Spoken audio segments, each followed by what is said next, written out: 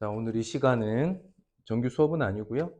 중학교 1학년 과정 전체 범위, 전범위에서 가장 기본적인 개념과 가장 기본적인 연산만 기초를 잡기 위해서 이렇게 특강 형식으로 영상을 찍게 됐습니다. 한번 문제로서 개념 같이 잡고 넘어가도록 할게요. 우선은 1단원부터 시작합니다. 중학교 1학년 1학기 1단원 단원 이름은 자연수고요. 자연수 단원을 잘해둬야 되는 이유는 우리가 앞으로 고등학교까지 계속 쓰게 될 이 수라는 것의 가장 기본적인 조건이 자연수예요. 인간이 눈으로 보고 확인할 수 있는 수이기 때문이죠. 그러니까 자연수에 대한 이해를 바탕으로 앞으로 나오게 될 고등학교까지 이어지는 모든 수의 체계를 이해하면 더 좋겠다라고 생각을 합니다. 자, 일단 자연수를 그래서 구분을 해볼 건데 우리가 이전까지는 자연수를 구분을 할 때 일반적으로 짝수, 홀수 이렇게 구분도 하고 또는 배수로 보면 2의 배수나 3의 배수 이렇게 자연수를 구분하는 기준이 있었는데 중학교 1학년 때는 좀 다른 기준으로 구분을 해볼 거예요. 구분하는 기준은 약수의 개수에 따라서 자연수를 구분을 해볼 건데 자연수 크게 세 종류로 구분을 할 겁니다. 기준이 되는 조건이 바로 소수예요. 소수는 약수가 두 개인 수를 소수라고 합니다. 이 소수가 기준이 되는데 이유가 있어요. 여기 있는 소수의 소자는 재료를 의미합니다. 재료.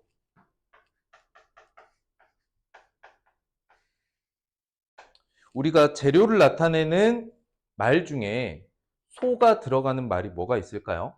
소재, 신소재, 소재라는 단어도 있고 원소할 때 소자. 그러니까 탄소, 수소,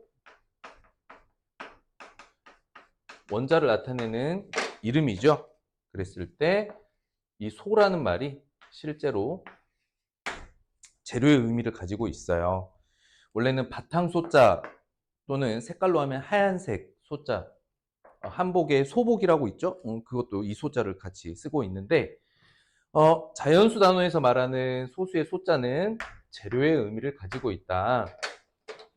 약수가 두 개인 수인데 사실은 원래 초등학교 5학년 때 여러분들 배우겠지만 원래 약수는 일과 자기 자신을 기본적으로 약수로 가지고 있어요. 기본적으로 약수는 일과 자기 자신을 약수로 가지고 있는데 그거 외에는 없다는 거죠. 결국 일과 자신 이외에 다른 수로는 나누어 떨어지지 않는 수를 소수라고 하겠다. 자, 다시 일과 자신 이외의 약수가 없는 수, 즉 자신이 아니고 일이 아닌 수로 나누어 떨어지지 않는 수, 이런 수를 소수라고 합니다. 재료가 되어주는 수니까 우리가 다른 수의 약수를 파악하는 데에 쓰이는 재료라고 보시면 돼요. 소수는 주어져 있는 자연수의 약수를 파악하는 데 쓰이는 재료로서 쓰입니다. 그럼 소수를 제외하고 뭐가 있냐면 일과 합성수가 있어요.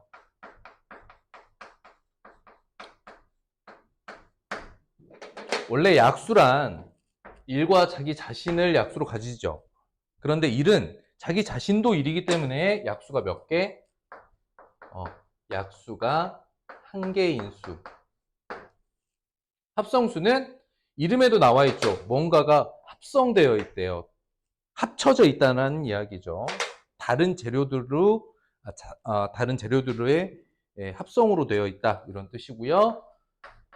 약수가 3개 이상인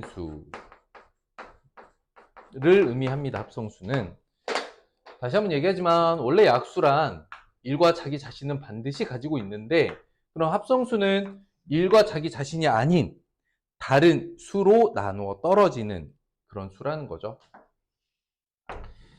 그래서 우리는 자연수를 이렇게 세 가지로 구분을 하게 됩니다. 자, 그럼 앞으로 우리는 소수와 합성수를 구분하는 연습을 하게 되겠죠. 일은 보면 아는 거니까 소수와 합성수를 구분하는 연습을 하게 될 거예요. 자, 그렇다면 우리가 주어져 있는 수가 소수인지 소수가 아닌지 구분하는 법도 알아야겠죠. 그래서 일단 초등학교 때 했겠지만 알아두셔야 될 기본적인 배경 지식, 바로 배수 판정. 배수 판정은 주어져 있는 수의 특징만 보고도 이게 어떤 수의 배수가 되는구나를 단번에 알아보는 방법이다. 네, 배수 판정은요, 그 기준이 2의 배수, 3의 배수, 5의 배수, 9의 배수, 추가적으로 뭐 4의 배수나 8의 배수의 4의 배수나 8의 배수의 구분도 할 수는 있게 돼요. 기본적으로 이렇게 2, 3, 5, 9까지는 기본적으로 알고 있으면 좋겠다. 2의 배수는요, 1의 자리가 짝수 또는 0, 인수를 2의 배수라 바로 판단할 수 있고요. 자, 3의 배수는 주어져 있는 자연수의 각 자릿수의 합이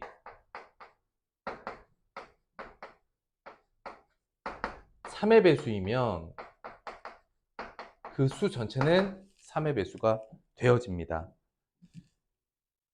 이유는 9의 배수와 그 이유는 동일해요. 살짝 살펴보면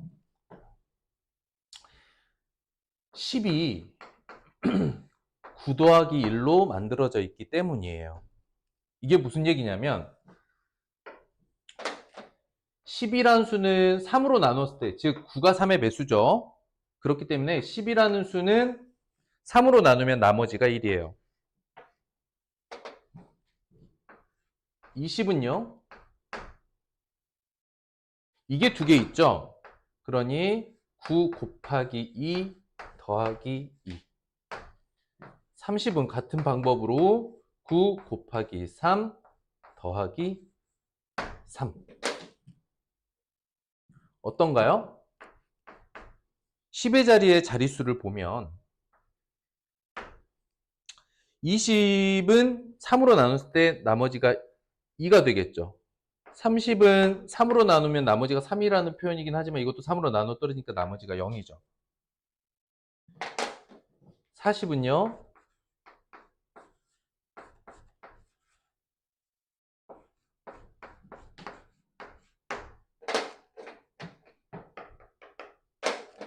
이 상황에서 우리가 파악해야 되는 건 뭐냐면 10은 3으로 나눴을 때 나머지가 1이다.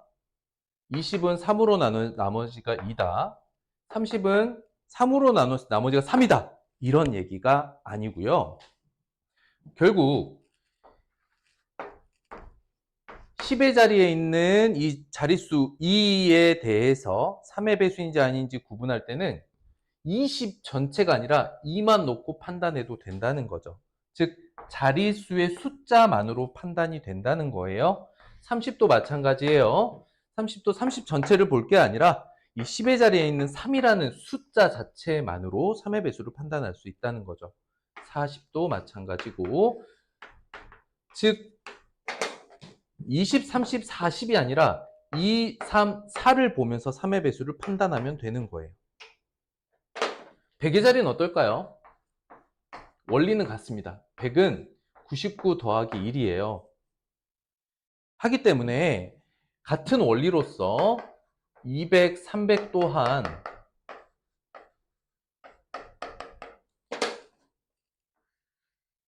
(1, 2, 3이라는 자릿수만 가지고, 이 나머지 부분이 2, 3 이렇게 나올 거니까 자릿수만 가지고도 3의 배수인지 아닌지를 판단할 수 있는 거죠. 결국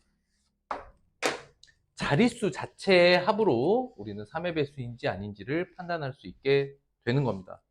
기본적으로 3의 배수인 9나 99나 999의 나머지 자체가 그 자릿수 자체이기 때문이에요. 9, 99, 999는 10, 100, 1000을 9로 나누었을 때, 즉 10, 100, 1000에서 9, 99, 999를 빼고 남은 나머지 부분이 자릿수를 의미하는 거고, 그 자릿수를 의미하는 나머지끼리의 합만으로도 우린 3의 배수를 파악할 수 있다. 내용이 좀 어렵다면 이건 좀 외워두시는 게 좋아요. 3의 배수는 자릿수의 합이 3의 배수이면 3의 배수이다. 자, 5의 배수는 많이들 알고 있을 거예요. 1의 자리만 보죠. 1의 자리가 5 또는 0 인 수는 5의 배수다. 9의 배수는 3의 배수와 원리가 똑같습니다. 왜냐하면 9, 99, 999가 9의 배수이기 때문이죠. 3의 배수로 확인했던 방법이랑 동일하고 뭐만 확인하면 된다? 각 자리의 자릿수, 그것의 합이 나머지를 의미하고, 나머지 합을 의미하고, 그 합이 9의 배수가 되면 수 전체는 9의 배수가 된다라는 걸 알 수 있어요. 그래서 가장 기초적으로는 2, 3, 5 더하기 9의 배수. 하나만 더 보태자면 4의 배수도 가능은 합니다. 왜냐하면 100이 4의 배수이기 때문에 100의 자리, 위의 자리는 모두 4로 무조건 나눠 떨어지고요. 그러면 10과 1의 자리로만 판단하면 됩니다. 그래서 10의 자리와 1의 자리 부분만으로 4의 배수가 되면 수 전체는 4의 배수가 된다는 걸 알 수 있어요. 그렇기 때문에 8의 배수는 1000이 8의 배수이기 때문에 1000보다 큰 숫자들은 모두 8로 나눠 떨어지는 거고, 100의 자리, 10의 자리, 1의 자리, 이 3개의 자리로만 8의 배수를 판단할 수 있고 할 수 있습니다. 근데 가장 기본적으로는 2, 3, 5, 그 다음에 9까지는 알아두는 게 맞다. 이걸 알아두는 것과 그렇지 않은 것의 차이는 대단히 큽니다. 그래서 배수 판정 정리해 놓으시고요.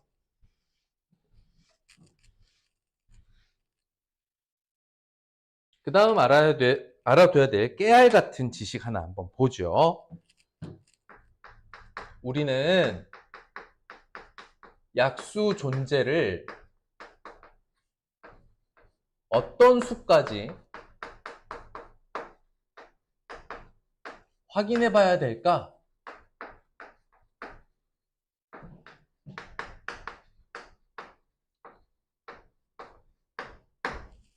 약수의 존재가 있는지 없는지, 그러니까 주어져 있는 수가 소수인지 합성수인지는 봐야 되는데, 수의 크기가 커지면 커질수록 내가 살펴봐야 될 수들이 많겠죠.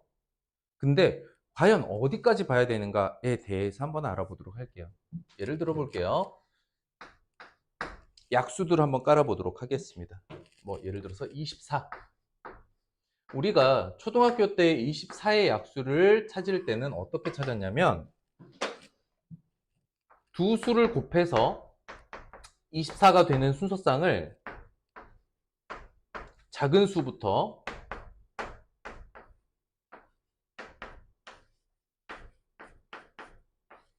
이런 식으로 찾아봤어요.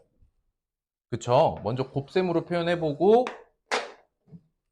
그 다음에 그 수들을 크기순으로 나열을 할 때, 크기순으로 쓸 때 1 곱하기 24를 제일 멀리 이렇게 떨어뜨려서 쓰죠. 그 다음 2 곱하기 12, 그 다음에 3 곱하기 8, 4 곱하기 6까지는 보는데, 이 4와 6을 확인한 다음엔 더 이상 확인하지 않았죠. 왜일까요? 왜 더 이상 약수를 보지 않죠? 4보다 큰 수, 그 다음에 6보다 작은 수의 곱을 찾아본다면 반복되기 때문이에요. 그러니까 4보다 큰 수에서 24를 나누어 떨어지게 하는 수는 그 다음 숫자 8이 나오죠. 그리고 3이 나옵니다. 그 다음 다시 8보다 더 큰 수에서 알아보면 12. 그럼 이쪽에서 2. 그 다음에 24. 그 다음 1이 나오기 때문이죠. 그래서 우리는 4와 6을 보는 순간, 즉 거의 같은 수를 만나면 여기에서 끝냅니다. 이걸 잘 관찰해 보자고요.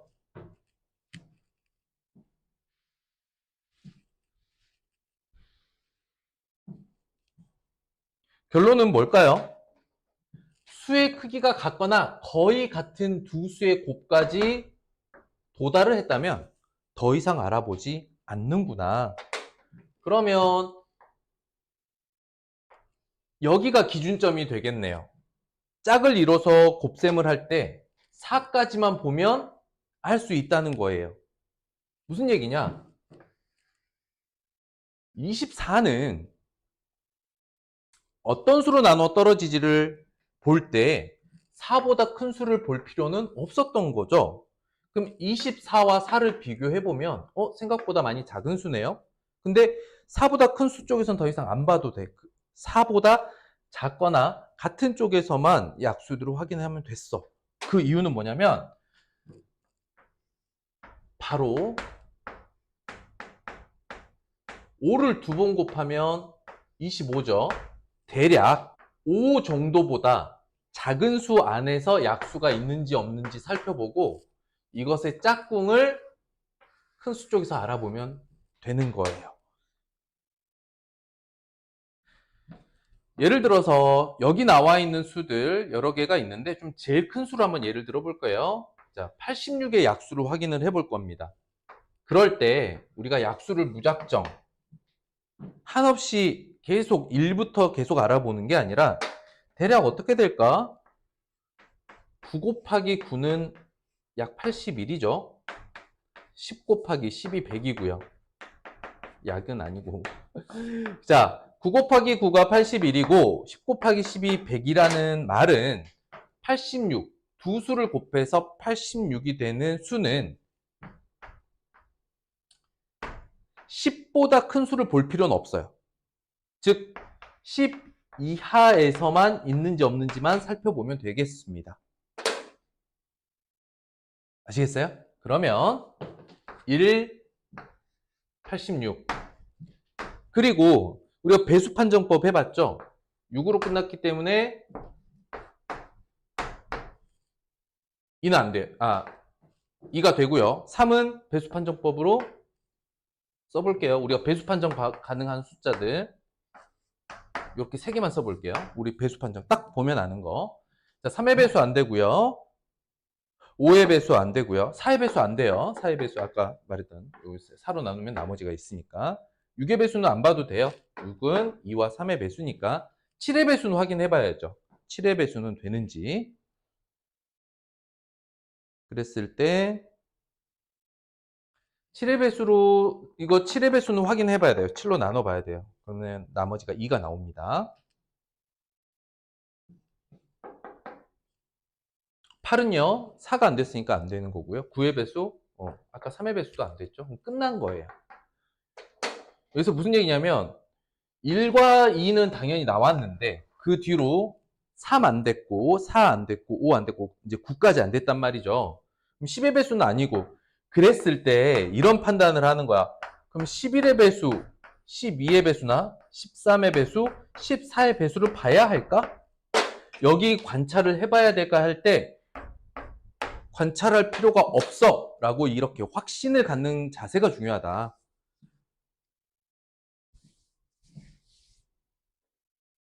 초반에 약수를 파악하는 친구들이 가장 많은 어려움을 겪는 게 이런 상황이에요. 1과 2까지는 뭐 기본적으로 확인을 했어요. 그리고 10 이하에서 더 이상 약수가 없음을 확인을 했습니다. 그러면 10보다 더 큰 수에서는 있는가를 봐야 되나요? 생각을 해보면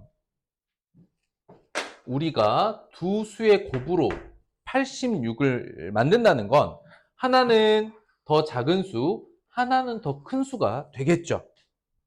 그렇죠? 그런데 만약에 10보다 더 큰 수 두 개를 곱한다면 두 수가 모두 10보다 큰 수야. 그러면 10보다 큰 수 둘을 곱하면 100보다 커지겠죠. 그래서 이런 부분에 대한 판단 능력이 중요하겠다. 86은 9 곱하기 9가 81이고 10 곱하기 10이 100이니까 10 이상에서는 안 봐도 돼. 9까지만 보면 된다는 이야기야. 즉 9보다 더 큰 10 또는 11, 12와 같이 9보다 더 큰 수 두 개를 곱해서 86이 나올 수는 없어요. 100을 넘어서니까. 그래서 우리가 관찰을 좀 해보면 약수 존재를 파악하는데 어디까지 과연 알아봐야 되는가 라고 한다면은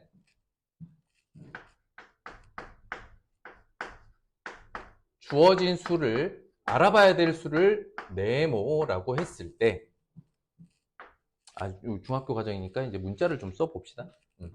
주어진 수가 A라고 했을 때 같은 수 두 번, 즉 이 값이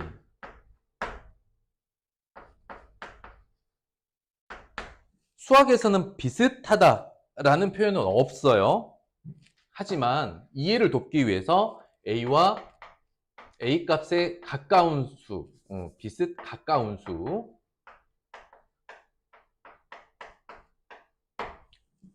수가 된다면은 우리는 이때 2부터 B라는 그 수까지만 보시면 돼요.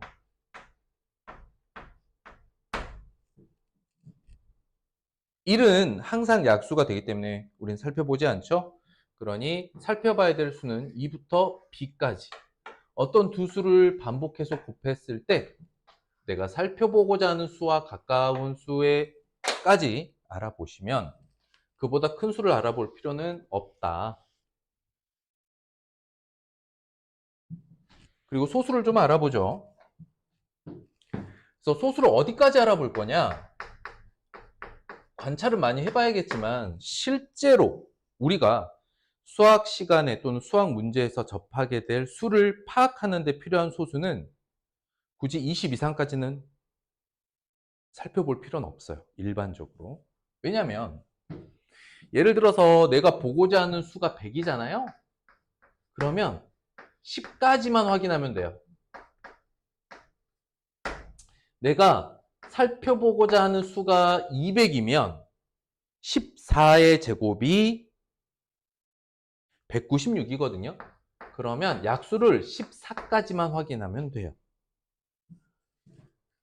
300은요. 숫자의 크기가 300 정도 되면 17을 두 번 곱하면 289가 됩니다. 그럼 17까지만 약수가 있는지 없는지 보면 돼요. 그럼 모두 알다시피 400은 20을 두 번 곱하면 400입니다. 그러면 20까지만 약수가 있는지 없는지를 확인하면 돼요. 자, 보자고요. 자, 우리가 다루게 될 수의 크기가 얼마일지 모르겠지만 숫자의 크기가 100이다 하더라도 약수는 10까지만 보면 돼요. 200이면 14 이하까지만 보면 됩니다. 300이면 17 이하까지만 보면 돼요. 400 정도 돼야 20에 이르게 됩니다. 그러면 500, 600 정도 되더라도 예를 들어서 500 같은 경우는 20, 22까지만 보면 돼요. 600은요? 600이 아마 24 정도 될까요? 14 곱하기 4 23까지만 봐도 되네요. 그러니 우리가 다루게 될 수가 어마어마하게 더 큰 수일 수는 있겠지만 일반적으로 수학 문제에서 다루게 되는 수는 아무리 커도 일반적으로는 200을 넘지 않고 300을 넘는 수도 거의 없어요. 그러면 자 보자고요. 우리는 약수를 찾아낼 때 어느 정도 크기의 수까지만 확인하면 되는지 생각보다 그렇게 크지 않죠. 그래서 선생님이 기준 잡는 게 여러분들이 꼭 알아야 될, 그러니까 꼭 파악해야 될 소수의 범위를 20 이하로 잡아 놓은 거예요. 이게 이해가 됐을까요? 그러므로 소수는 사실 무한히 많습니다. 그것도 증명해 드릴 수 있지만 여기서는 그 설명까지는 아니고 여러분들이 꼭 살펴봐야 될 소수는 어디까지인가?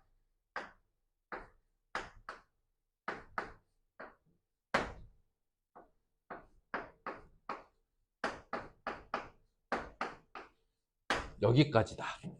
그리고 가장 많이 보게 되는 수는 2, 3, 5를 가장 많이 보게 돼요. 그리고 이 세 개 수는 우리가 배수 판정을 해봤던 수들입니다. 그렇죠? 그리고 7을 두 번 곱하면 49잖아요. 그러니까 50이 넘어갔을 때 그때서야 7의 배수인지 아닌지까지는 보는 거예요. 11은 121이죠. 그러니까 121보다 더 큰 수에서 꼭 필요한 소수, 그러니까 꼭 확인해 봐야 될 소수예요. 그건 169보다 클 때 13까지 확인하는 겁니다. 주어져 있는 수가 289 이상일 때 확인하는 거고 361 이상일 때 확인하는 수준이에요. 그래서 우리가 살펴봐야 될 수들이 아주 크다 하더라도 약수로 살펴봐야 될 범위 자체는 굉장히 작습니다. 빈도로 따져보면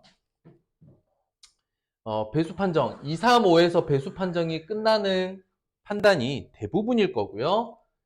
7은 그나마 세모,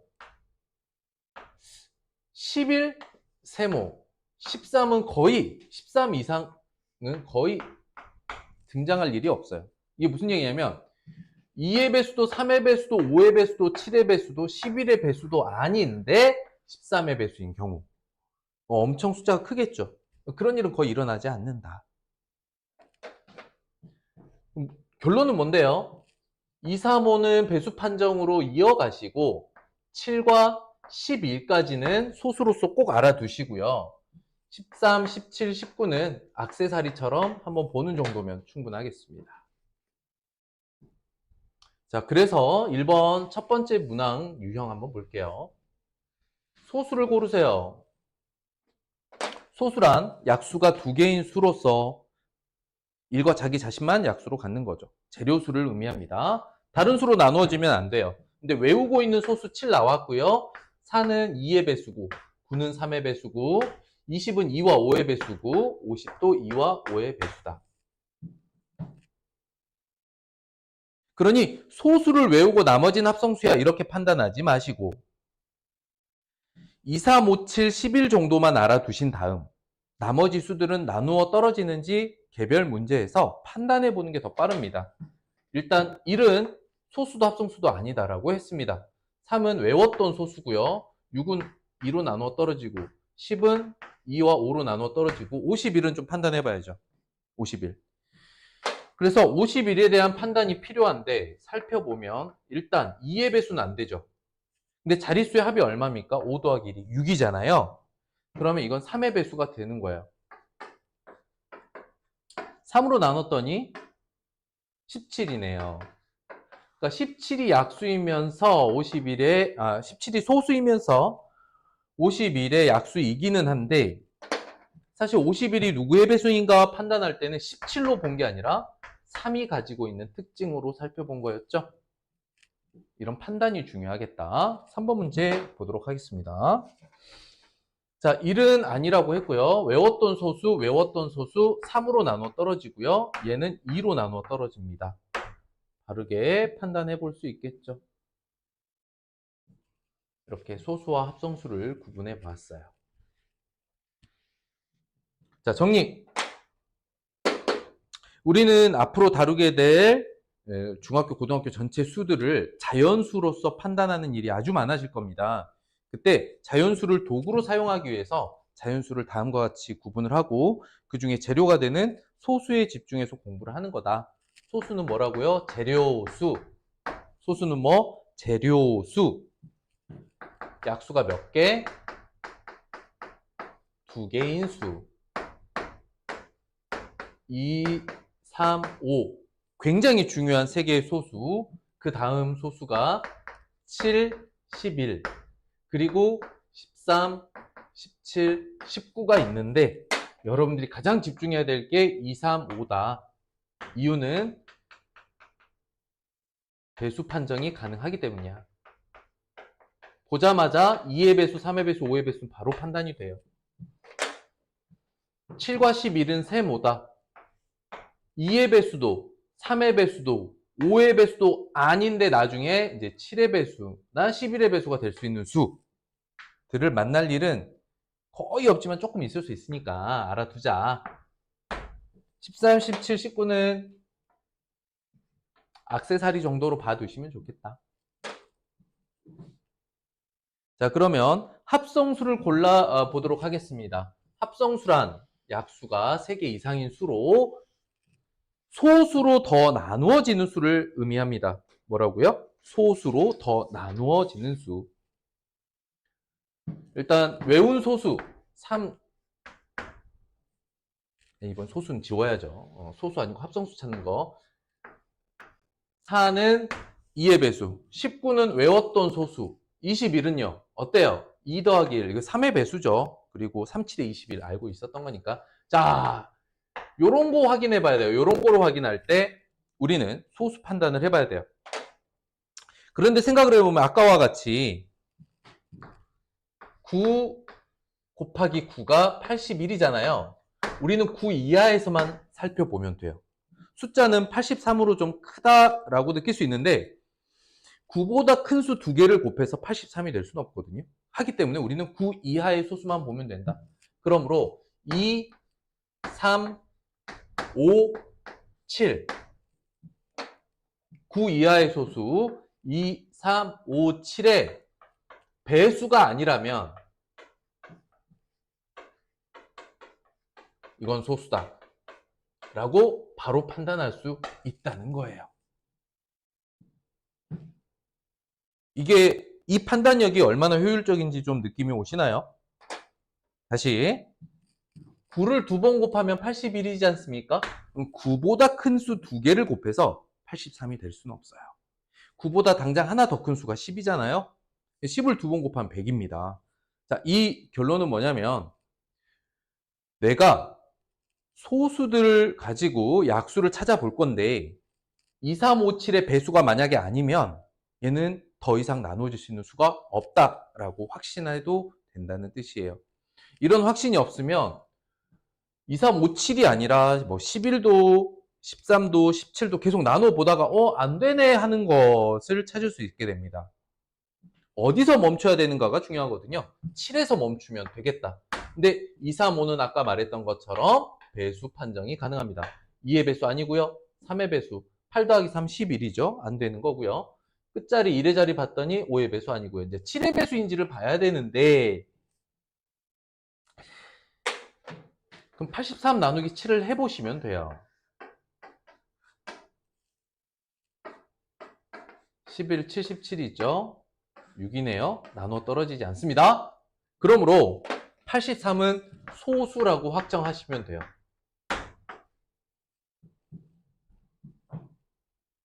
이해가 됐을까요? 또 가봅니다. 다음 중 합성수 2의 배수고요. 7 소수고 2의 배수, 2의 배수, 2의 배수.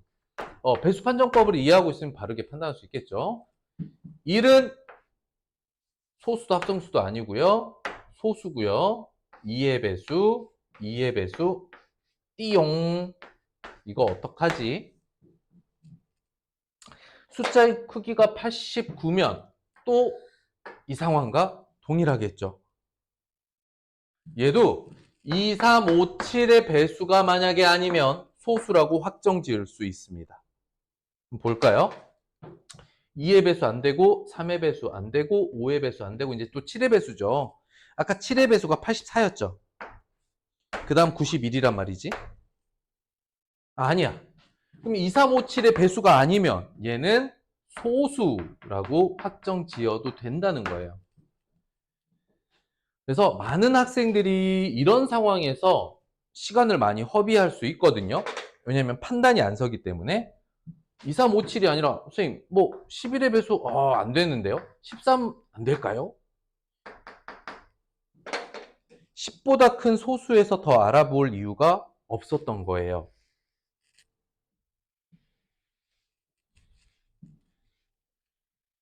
자, 다음 문제로 넘어갑니다. 자, 거듭 제곱에 대해서 알아보도록 하겠습니다. 우리는 수학은요, 반복돼서 써지는 거를 귀찮아합니다. 계속 반복된다면 이거를 줄여서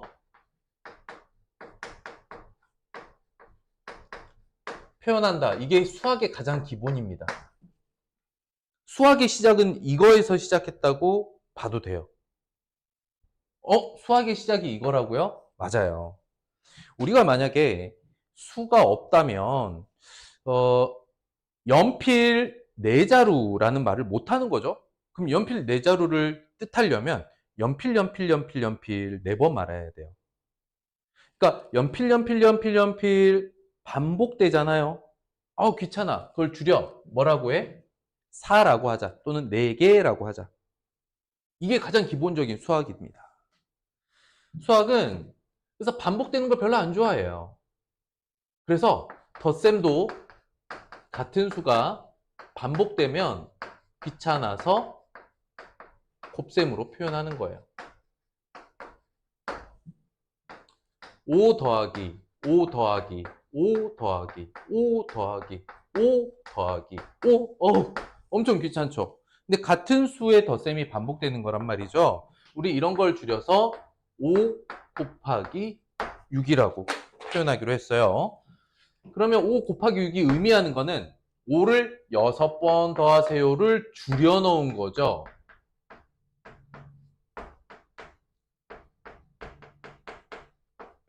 하기 때문에 5 곱하기 6을 보면서 이 안에 이 뜻이 담겨 있다라는 거를 반드시 이해해야만 나중에 혼합계산의 연산 순서도 틀리지 않아요.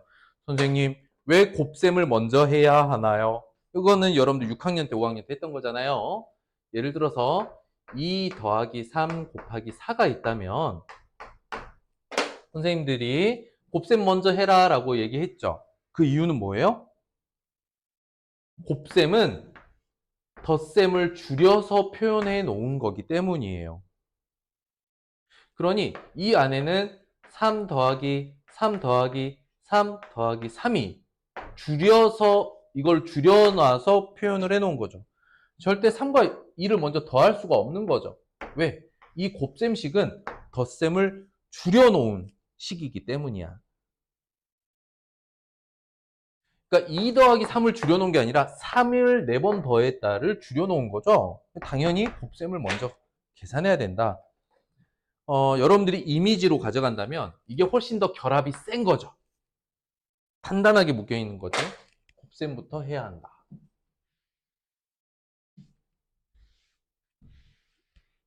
자, 덧셈, 같은 덧셈을 줄여놓은 게 곱셈이라면 이번에는 같은 수의 곱셈을 반복되면 그거를 우리는 거듭 제곱으로 줄여서 표현하기로 했어요.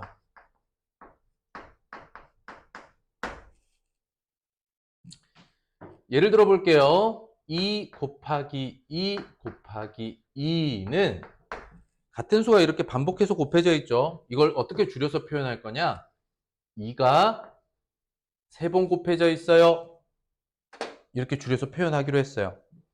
그랬을 때 반복해서 곱해진 이 수를 아래에 있다 그래서 밑 또는 밑수라고 하고요. 반복해서 곱해진 횟수를 의미하는 이 숫자를 우리는 지수라고 합니다. 이건 용어니까 외워두셔야겠죠. 그리고 이걸 읽을 때는 2의 세제곱이라고 읽습니다. 자, 그러면 이렇게 표현해 놓은 거듭 제곱의 밑과 지수를 구하라 라고 했네요. 그러니 첫 번째, 읽을 때는 어떻게 읽냐면 7의 제곱이라고 읽습니다. 7의 2제곱 또는 2제곱이라고 하지 않고 2제곱이 가장 첫 번째 거듭제곱이겠죠. 왜냐하면 같은 수를 반복해서 곱하는데 반복하는데 가장 짧은 반복은 2번인 거죠.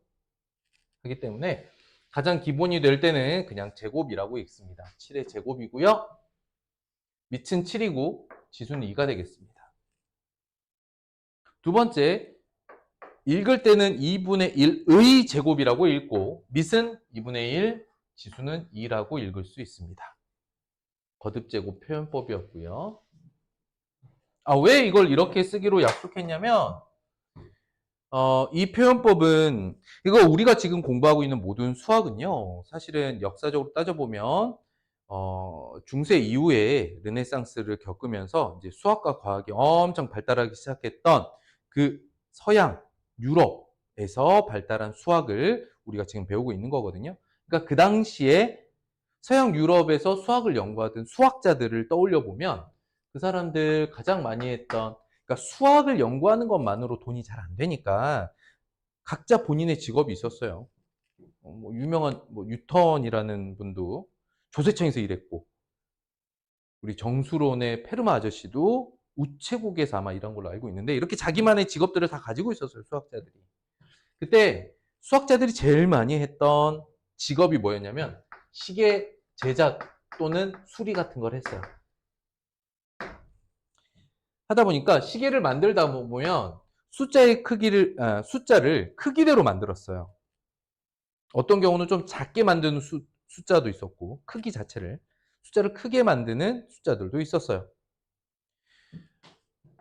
시계 디자인에 따라서 이럴 수 있잖아요. 여기다 12는 크게, 3도 크게, 6도 크게, 9도 크게 쓰고 난 다음에 이 사이에 있는 1과 2는 좀 작게, 4와 5도 좀 작게 이렇게 만든다던가, 아니면 큰 시계에 들어가는 숫자의 크기와 작은 시계에 들어가는 숫자의 크기가 좀 달랐겠죠? 하다 보니까 이런 수학자들이 거듭제곱을, 즉 반복하는 곱셈을 어떻게 줄일까 하다가 크기가 큰 수와 크기가 작은 수를 만들어서 이걸로 표현해보자 이렇게 하기 시작을 했다고 하더라고요.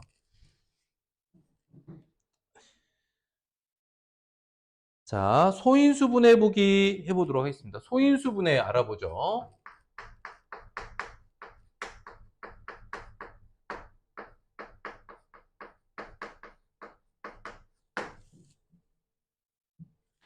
소인수분해는 소인수로 분해했다, 소인수로 분해하다, 분해하라 이런 뜻인데, 그럼 소인수가 뭔지 분해가 뭔지 알아보죠. 소인수는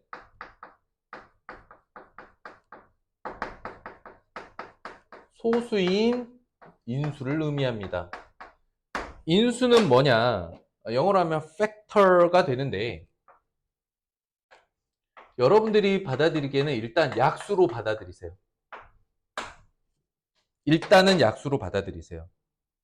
구체적으로 얘기해보자면 인수는 조금 더 확장된 개념의 약수거든요. 그러니까 이 이후에 배우게 될 새로운 수체계라던가 또 그 다음에 배우게 될 식까지도 인수가 될 수 있는데, 지금 우리가 자연수 단원이잖아요.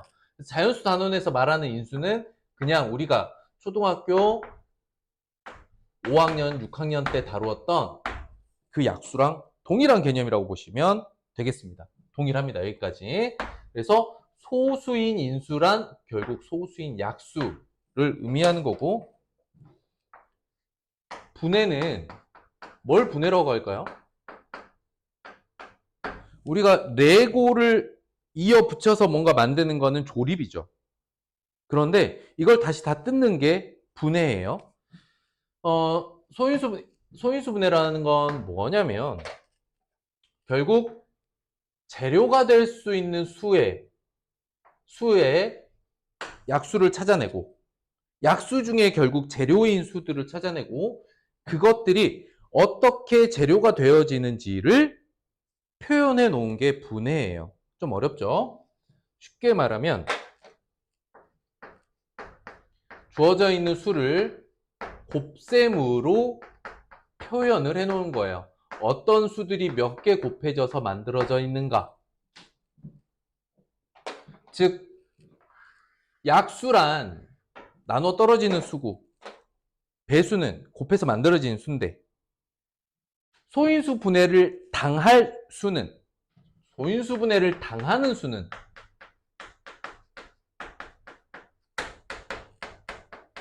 배수겠죠? 소인수 분해를 당하려면 배수 형태일 거고, 이걸 약수들의 곱으로 표현해 놓으면 분해가 됩니다. 근데 그냥 약수의 곱으로 표현한 것이 아니라, 즉 우리가 약수 구할 때 아까 예를 들었던 24는 1 곱하기 24예요. 2 곱하기 10이고 3 곱하기 8입니다. 4 곱하기 6도 돼요. 이와 같이 약수의 곱으로 표현하는 연습은 해봤어요. 근데 이런 걸 의미하는 게 아니라 이때 쓰이는 이 수들이, 곱셈에 쓰이는 이 수들이 언제일 때 소수인 상태의 곱으로 표현하라 라는 거예요. 그러니까 여러분들이 약수를 찾을 때 했던 그것과 거의 흡사한데 약간 차이는 있겠죠. 저랑 한번 해보도록 하죠. 소인수 분해를 하는 여러 가지 방법이 있는데 두 가지 방법을 설명해 드리도록 하겠습니다. 첫 번째, 니은셈. 니은셈. 니은셈은 우리 공약수, 공배수, 최대 공약수, 최소 공배수 구할 때 썼던 그 셈과 똑같은데 수 하나로만 하는 겁니다. 2로 나누면 25. 더 이상 나눠질 게 없죠? 2로 안 나눠진다는 얘기예요. 그 다음에 5의 배수인 거 확인했고, 이제 5가 소수니까 이제 더 이상 없네요. 즉 25는 2와 5와 5의 곱으로 나타낼 수 있는 수다. 그럼 50을 소인수 분해해보면 2 곱하기 5 곱하기 5. 아직 헷갈릴 수 있기 때문에 우리가 소인수 분해를 하려면 미리 소수를 써놔 보자고요. 여기까지만 써놔 볼게요. 자, 소인수 분해 끝났습니다. 틀리지 않았어요. 다만 우리가 이 바로 앞에 거듭 제곱을 배웠기 때문에 5 곱하기 5 부분을 5의 제곱으로 표현해 줘야 되겠습니다. 두 번째, 수형도를 해보도록 하겠습니다.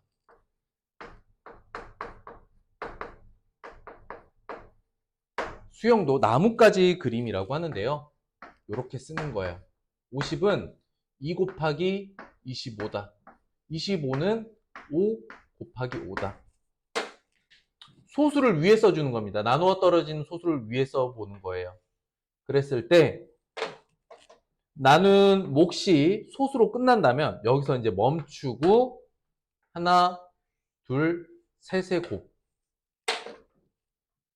2 곱하기 5 곱하기 5로 표현할 수 있구나. 이건 2 곱하기 5의 제곱으로 표현할 수 있다. 이렇게 주어져 있는 자연수를 재료수인 소수의 곱으로 표현해 놓은 것이 소인수 분해가 되겠습니다.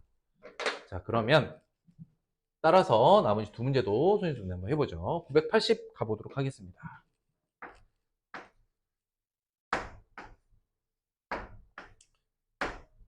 (2로) 나눠보면 490. 2로 나누면 근데 이제 490을 보는 순간 여러분들 머릿속에 49가 7의 배수고 저게 10의 배수인데 이런 게 좀 떠오르죠. 그러니까 앞으로 어떤 수로 나눠 볼 건지 대략적인 예상이 가능합니다.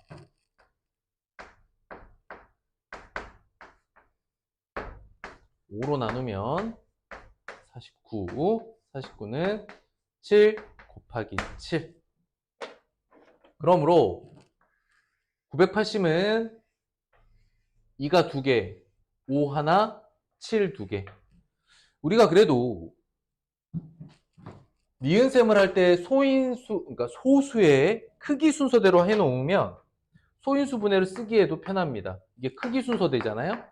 2, 2, 5, 7, 7, 2 2개, 5 하나, 7이 2개 곱해져 있다. 이와 같이 거듭제곱으로 표현해 주시면 되겠습니다. 수용도 한번 해볼게요. 980 2 곱하기 490. 자, 여기서 약간 꼼수가 있을 수 있어요. 자, 올바른 수용도는 아닌데 이제 여러분들이 10 곱하기 49로 쪼갠다면 여기에서 다시 2, 5, 7, 7 이렇게 나누어 보는 것도 가능은 해요. 그때 이렇게 곱해지는 소인수분해인 거고 이 방식은 썩 좋은 것 같지는 않아요. 이유는 원칙을 지키지 않으면 여러분 좀 헷갈릴 수 있어요. 그래서 니은셈으로 하기를 추천드립니다. 자, 넘어가 볼게요. 그랬을 때 약수를 모두 구하세요. 그런데 소인수분해 상태죠.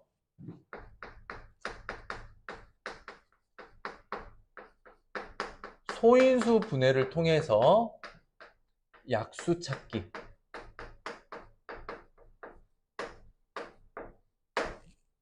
이거는 표를 먼저 알려드리고 경우의 수로도 세워볼게요. 무슨 얘기냐면 우리가 재료를 분류를 하는 거야. 3의 제곱 부분하고 5 부분을 나눠보면 3의 제곱의 약수는 1, 3, 3의 제곱 3개가 있거든요. 5의 약수는 1과 5가 있습니다. 근데 이 수는 원래 3의 제곱 곱하기 5 자기 자신이죠. 1 곱하기 1 이렇게 두 개를 반드시 약수로 가지고 재료의 곱으로 만들 수 있는 짝을 이뤄 만들 수 있는 수는 모두 약수가 되어집니다. 1 곱하기 3, 1 곱하기 3제곱 5 곱하기 1, 5 곱하기 3 이렇게 세워보니까 약수가 총 몇 개인가요? 약수 6개가 나왔죠. 그러면 우리는 소인수분해를 통해서 약수의 개수를 구할 때 또는 약수 자체를 구할 때 매번 이런 표를 만들어야 될까? 그렇지는 않아요. 그런데 이건 알아둬야 돼요. 어떤 수의 거듭제곱이 보인다면 즉 A는 소수인 상태예요. A는 소수. 소수 A에 비거듭제곱이 있다면 약수의 개수는 그 지수에 1을 더한 개수만큼 나옵니다. 3의 제곱이 1과 자기 자신 그리고 3의 제곱에 또 다른 약수 3 이렇게 3개가 나오는 거 보면 3의 제곱이죠? 그러면 1을 제외하고 1, 2까지예요. 그러니 3의 제곱은 1을 포함하고 3의 1제곱, 3의 2제곱까지가 자기의 약수들입니다. 결국 지수에 1을 더하게 되겠죠. 3개. 5는요? 5는 써보면 5의 1제곱이거든요. 5를 한 번 곱했다, 5 하나 있다 이런 뜻이라서 소수인 5의 약수는 2개. 이것들이 짝을 이뤄서 곱해지기 때문에 총 6개의 짝이 나오는 거고요.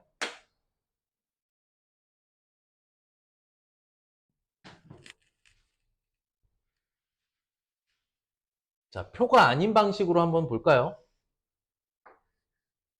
3의 제곱 곱하기 5가 주어져 있을 때 3의 제곱의 약수들을 밑으로 깔아보는 거예요. 1과 3과 3의 제곱. 구분하려면 여기 1제곱이라고 써놔도 좋아요. 5는 1과 5, 두 개의 약수를 가지고 있어요. 그런데 저 수의 약수는 이것 중에 하나 선택을 하고 여기에 하나 선택을 해서 곱하는 거죠. 그럼 짝을 이루는 거야. 짝은 삼각기로 알아보면 되죠. 하나, 둘, 셋, 넷, 다섯, 여섯. 이 중에 하나 선택하고 이 중에 하나 선택해서 짝을 이루어 곱한다?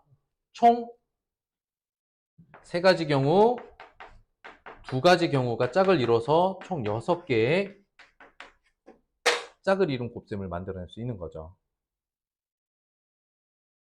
그래서 소인수 분해를 통해서 약수의 개수를 구하거나 약수 자체를 찾을 때는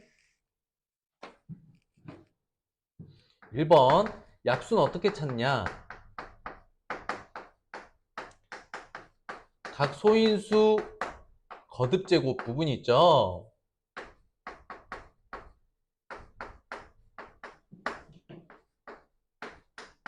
약수를 찾고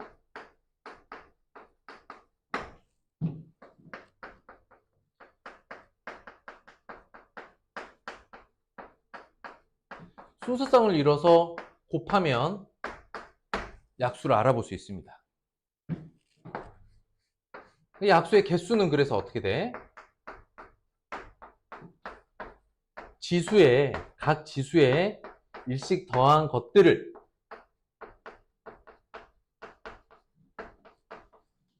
곱하면 되겠습니다. 이러면 소인수 분해를 통해서 약수를 찾거나 약수의 개수를 찾는 게 가능해져요.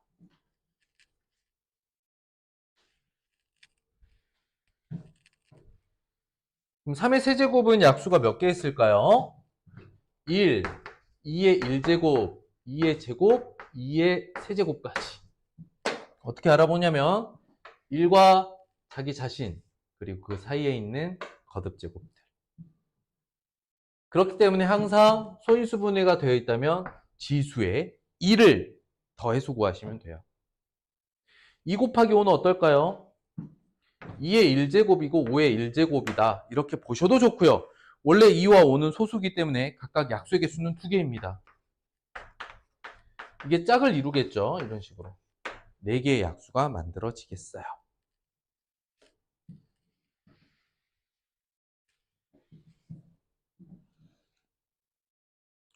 자, 그러면 다음 수의 약수의 개수를 구하세요. 일단 소인수 분해를 해보는 게 더 빠르겠죠. 하나씩 찾는 것보다. 500은 2, 250, 2, 125, 5, 25, 5, 25. 그러므로 소인수 분해를 해보면 2제곱, 5세제곱 이렇게 만들어지죠. 소인수 분해를 끝냈어. 각 지수가 2와 3이 됐습니다. 결국 약수의 개수는 어떻게 돼? 3 곱하기 4, 12개가 약수의 개수가 나오겠죠.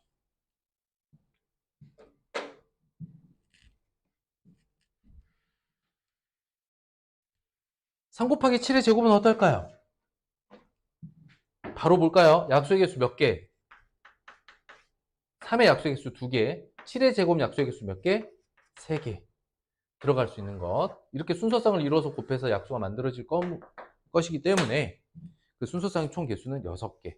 약수의 개수 6개.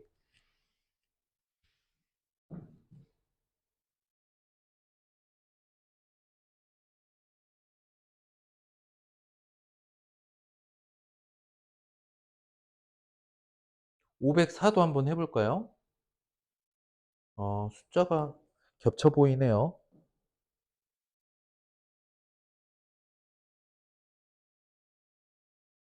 알아는 볼 수 있겠어요. 자, 최대 공약수 부분입니다. 소인수 분해와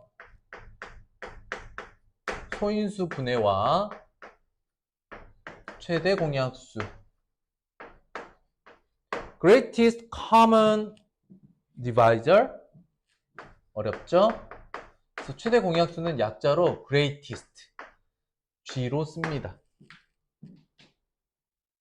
G는 최대 공약수를 의미한다 보시면 돼요. 어떻게 되냐면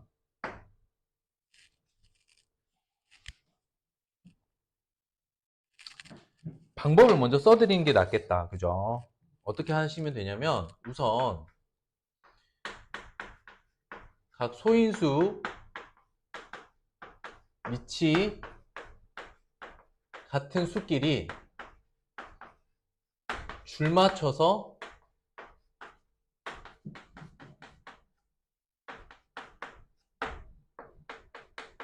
써보세요. 이게 무슨 얘기냐? 첫 번째 수가 3 곱하기 11이란 말이죠. 그럼 3 곱하기 2, 3, 5, 7이니까 약간 12를 조금 뒤에다 써볼게요. 11의 4제곱. 두 번째 수는 11의 제곱입니다.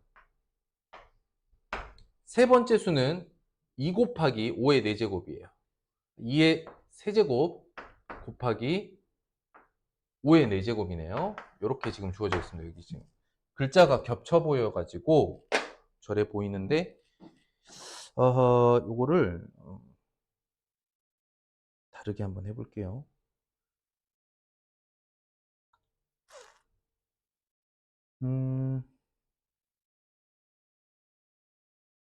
이대로 해야 되겠습니다. 지금 잠깐만, 프로그램이 조금 문제가 있어서.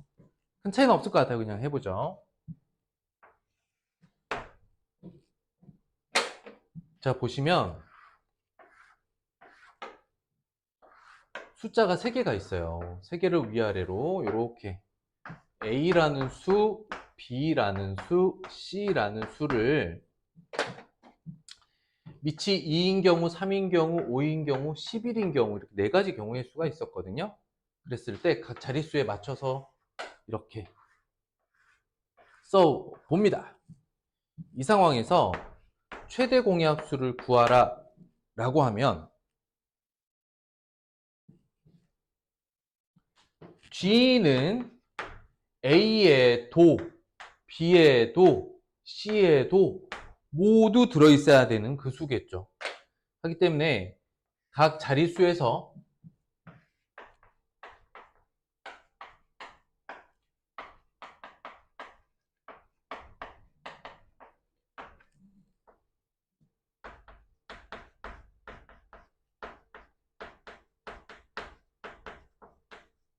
가장 작은 값들을 골라서 곱해주면 최대 공약수가 되겠습니다.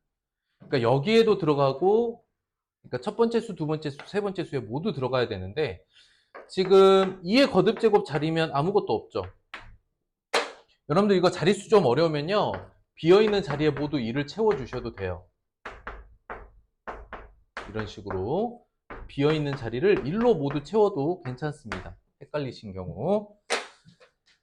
자, 두 번째 자리, 이 중에서 제일 작은 거는 1이죠. 세 번째에서도 이 제일 작은 게 1이고요. 네 번째에서도 제일 작은 게 그냥 1입니다. 그러니까 최대 공약수는 1이네요. 다루는 숫자가 조금 복잡하긴 합니다. 그죠? 조금 익숙해지시면 괜찮을 거예요. 두 번째 수를 보죠. 밑이 3, 7, 11이 쓰였어요.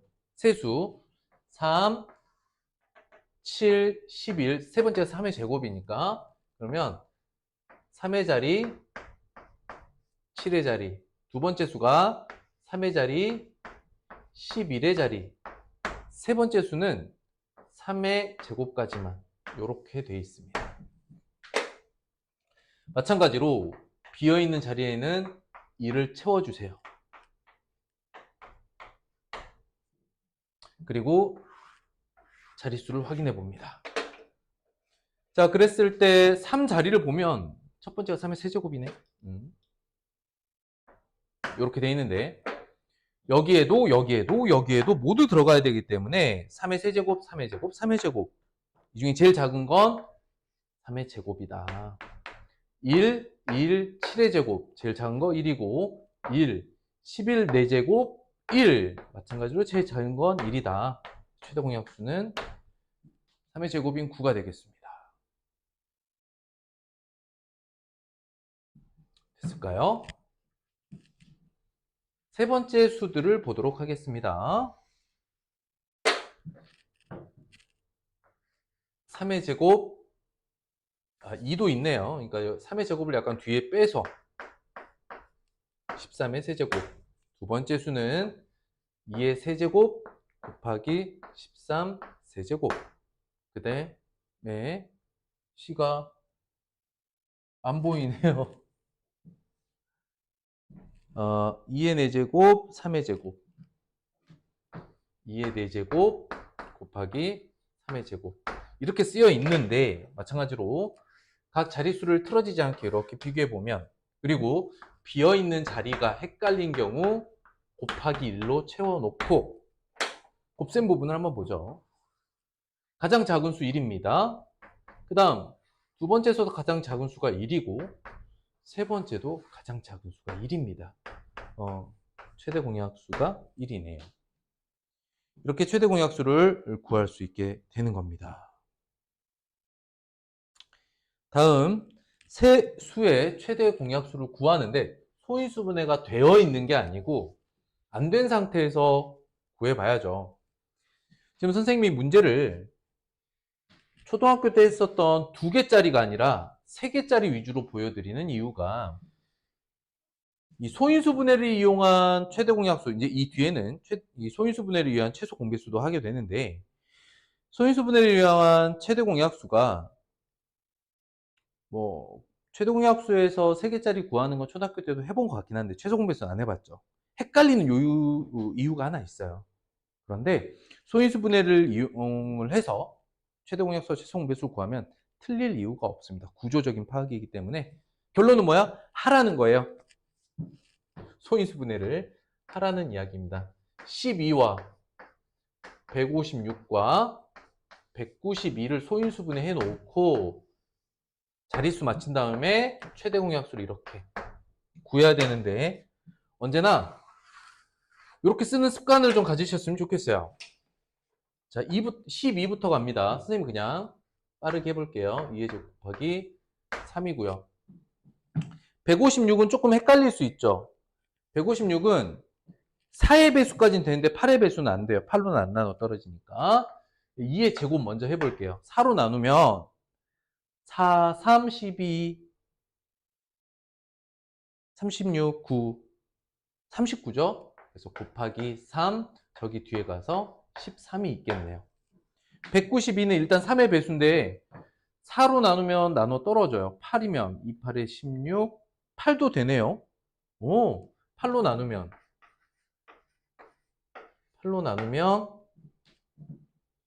2, 8에 16, 32, 4, 24. 와, 이게 8, 3이네요. 아이고. 그러니까 2의 6제곱 곱하기 3이네요. 선생님 조금 암산을 최대한 동원해서 소인수분해까지는 빠르게 왔어요. 소인수분해 하는 방법은 앞에 설명했으니까 소인수분해가 되었다고 생각하고 살펴보는 거죠. 자릿수를 봅니다. 비어있는 자리는 1로 채웁니다.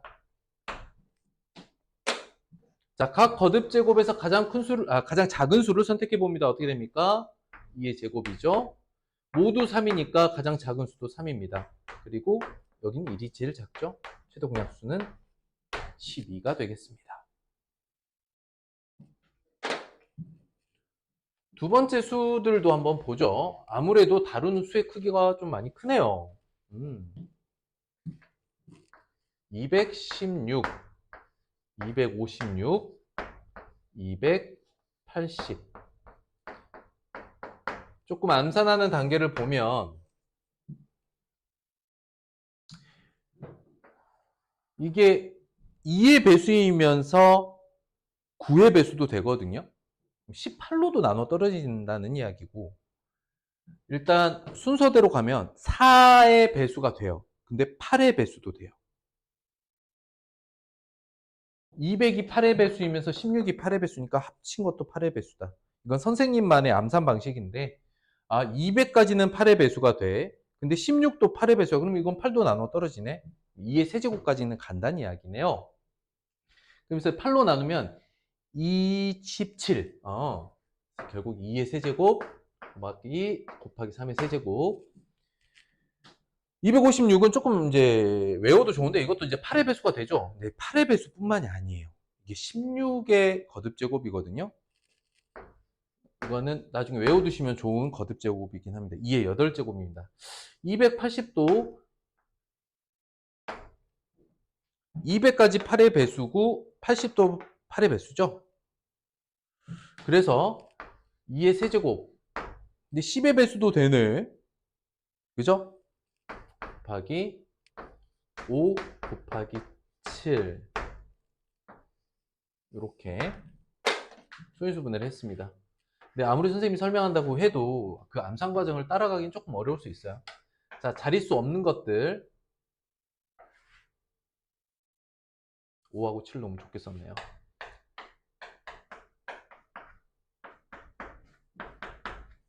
다 채웠습니다.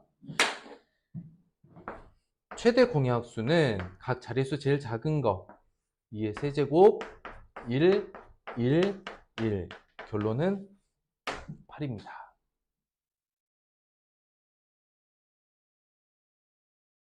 이렇게 소인수 분해를 통해서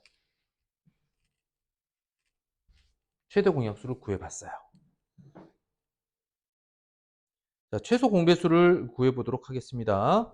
최소 공배수는 주어져 있는 수의 모두, 그러니까 주어져 있는 수들의 모두의 배수가 돼야 되죠. 그러려면 최대 공약수는 각 거듭제곱 자리에서 최소값들을 곱한다면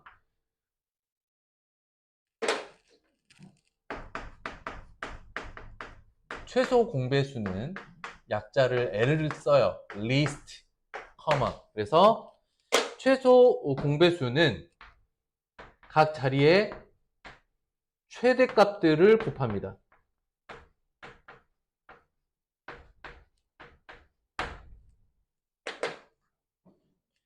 그래서 뭐 암기를 또 좋아하는 친구들을 위해서 굳이 여기 부분을 암기 형식으로 해보자면 최대 공약수는 최소값들의 곱, 최소 공배수는 최대값들의 곱이다. 이거를 거꾸로 뒤집는 경우들이 있는데 친구들이 그래서 구조적으로 이해하는 게 가장 좋거든요. 왜 최소값들을 곱하는가? 왜 최대값들을 곱하는가? 이제 공약수는 만들어지는 수가 이 수들의 약수가 돼야 되고 배수는 이 수들의 배수가 돼야 되기 때문에 거꾸로죠. 최대 공약수는 최소들을 구해서 곱한다. 최소 공배수는 최대들을 구해서 곱한다. A, B, C. 초등학교 5학년 때 했던 최소 공배수 구하는 니은셈 방식으로는 3개짜리 못 구합니다. 물론 구하는 방법이 추가적으로 설명이 되어질 수는 있는데 여러분들이 이해하기에 왜 그렇게 하는지도 어렵고 그렇게 하는 방법도 헷갈릴 수 있어요. 근데 이건 절대 헷갈리지 않는다. 자, 보자고요. 첫 번째 수는 2, 두 번째 수가 2의 제곱 곱하기 3의 세제곱, 세 번째 수는 2 곱하기 3의 세제곱 곱하기 7이다. 최소 공배수 마찬가지로 거듭제곱 자리의 자릿수를 이렇게 맞춰봅니다. 빈자리에 2를 집어넣어 놓으면 조금 더 이해가 쉽다라고 했죠. 그리고 각 자릿수에서 가장 큰 값들을 골라 곱합니다. 그러니 2의 제곱 곱하기 3의 세제곱 곱하기 7이 될 거예요. 이 값들 따져보면 8 곱하기 27 곱하기 7 숫자 엄청 크죠? 많이 넘어가거든요. 만보다 더 큰 숫자이기 때문에 이건 이제 직접 구하지는 않고 곱셈까지만 쓰도록 하겠습니다. 곱셈까지만. 자, 두 번째 수 한번 볼까요? 두 번째 수를 봤더니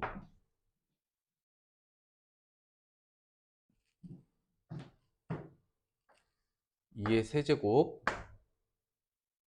2 곱하기 11 2, 3, 11 쓰이니까 2의 세제곱 곱하기 3의 제곱 곱하기 11이고 두 번째 수가 2 곱하기 11이 여기 있었어.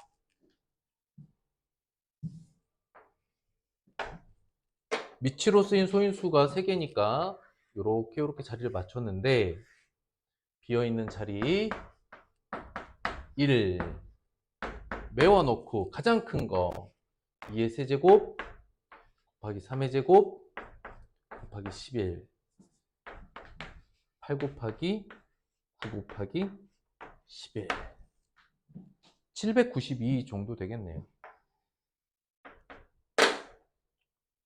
그래서 실제 이 곱셈을 물어보는 건 아니고 이렇게 자릿수에 맞춰서 최대 공약수, 최소 공배수가 각각 어떤 선택을 해야 되는지를 익히는 게 핵심이겠다. 세 번째 수 한번 볼까요? 이 구조 그대로 놔두고 세 번째 수는 3과 5와 7이 미치네요. 3의 제곱, 3의 세제곱, 세 번째가 5 곱하기 7.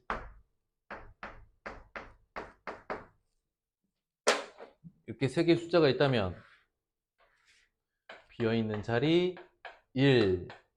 나중에는 이 1을 직접 채우지 않더라도 여러분들 판단하는데 크게 어려움은 없을 거예요. 연습이 되고 나면 3의 세제곱이 제일 크고 5 곱하기 7.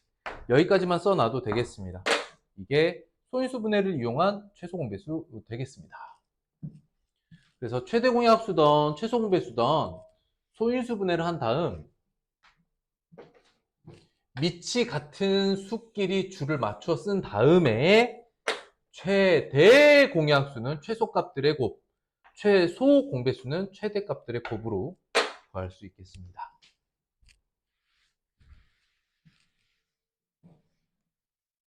그 다음 세트. 실제 수의 크기로 해보라는 거죠. 잘 안 보이실 테니까 숫자만 보여드리도록 할게요. 일단 첫 번째 수, 두 번째 수, 세 번째 수 쓴 다음에 최소 공배수를 이렇게. 이번에는 최대 공약수, 최소 공배수를 동시에 써볼게요. 소인수 분해를 해놓으면 최대 공약수와 최소 공배수를 동시에 구할 수 있습니다.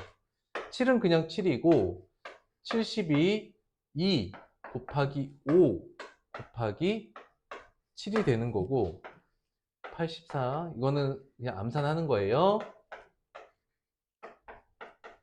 7은 그러니까 그냥 7이 여기 있네요. 이 숫자가 3개입니다.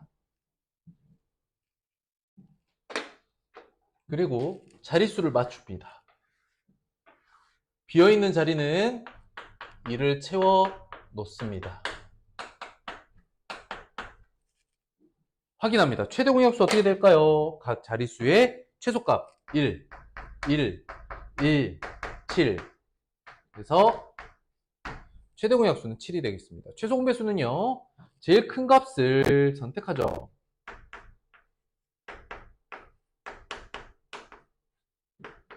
이렇게 되겠습니다. 2, 5, 10 곱하니까 2, 420 정도 되겠네요. 다음과 같이 구할 수 있겠습니다.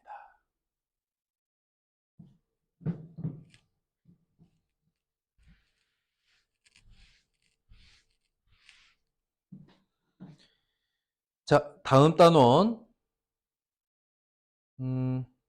유리수의 계산 단원이거든요. 잠깐 쉬었다가 가도록 하겠습니다.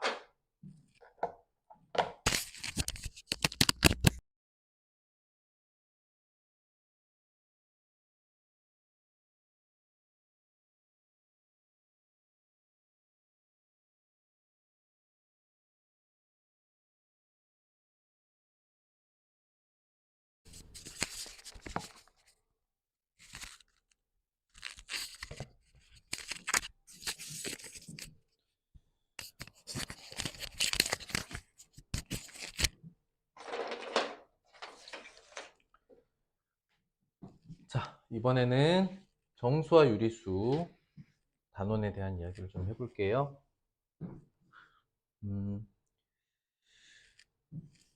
부호가 있는 수 단원이고요.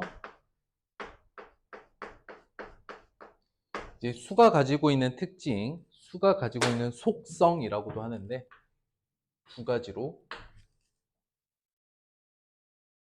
나누어서 두 가지 속성을 가지고 있습니다.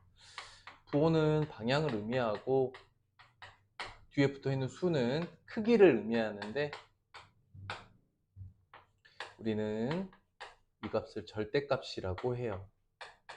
이제 수 하나가 부호와 그 수가 가지고 있는 크기, 절대값으로 두 가지의 특징을 함께 표현하기 시작을 합니다. 그래서 0을 기준으로 오른쪽에 있으면 플러스 부호가 붙는 양수, 0보다 작은 값은 마이너스 부호를 붙인 음수라고 부르고요. 이쪽으로 갈수록 크기가 1, 2, 3으로 커지고 왼쪽으로 갈수록 크기가 1, 2, 3이 되는 건 맞는데 이쪽에는 마이너스 9를 붙여줍니다. 오른쪽에 있는 건 우리가 초등학교 때부터 썼던 수이기는 한데요. 그 수를 양수라고 지금부터 부르도록 하겠습니다. 그리고 이렇게 자연수의 양의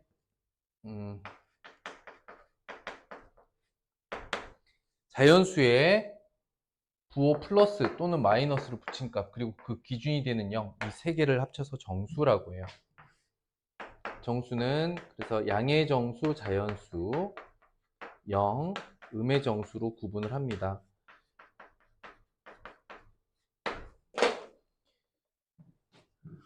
이 정자는 바를 정자를 가장 기본으로 하고 있는 가지런할 정자예요. 바를 정자는 아니고 바를 정자를 밑으로 하고 까먹었다. 가지런할 정자다. 정수의 정자는 가지런할 정자를 쓰고요. 우리가 쓰는 말 중에 정리, 정돈 한다. 이때 쓰는 정자예요. 가지런하다라는 건 간격이 일정하다는 뜻이에요. 간격이 일정하다. 얼마 크기 차이로? 일씩 크기 차이로 이렇게 가지런하게 일씩 떨어져 있는 수들을 정수라고 합니다. 그리고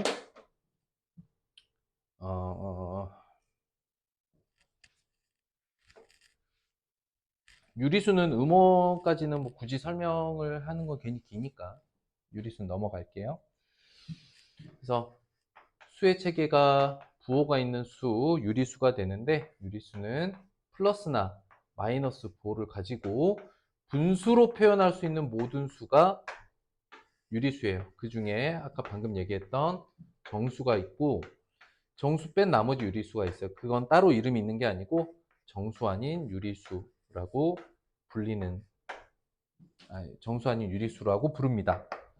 정수가 아닌 유리수는 분수로만 플러스나 마이너스 부호를 가지고 분수로만 표현할 수 있는 것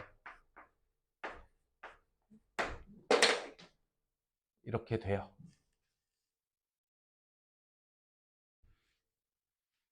자,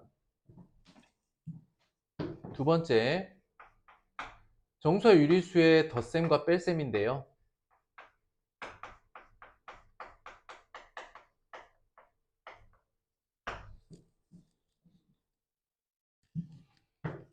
연산으로서의 덧셈, 뺄셈이 있고 그 다음 부호로서 플러스와 마이너스가 있어요. 그랬을 때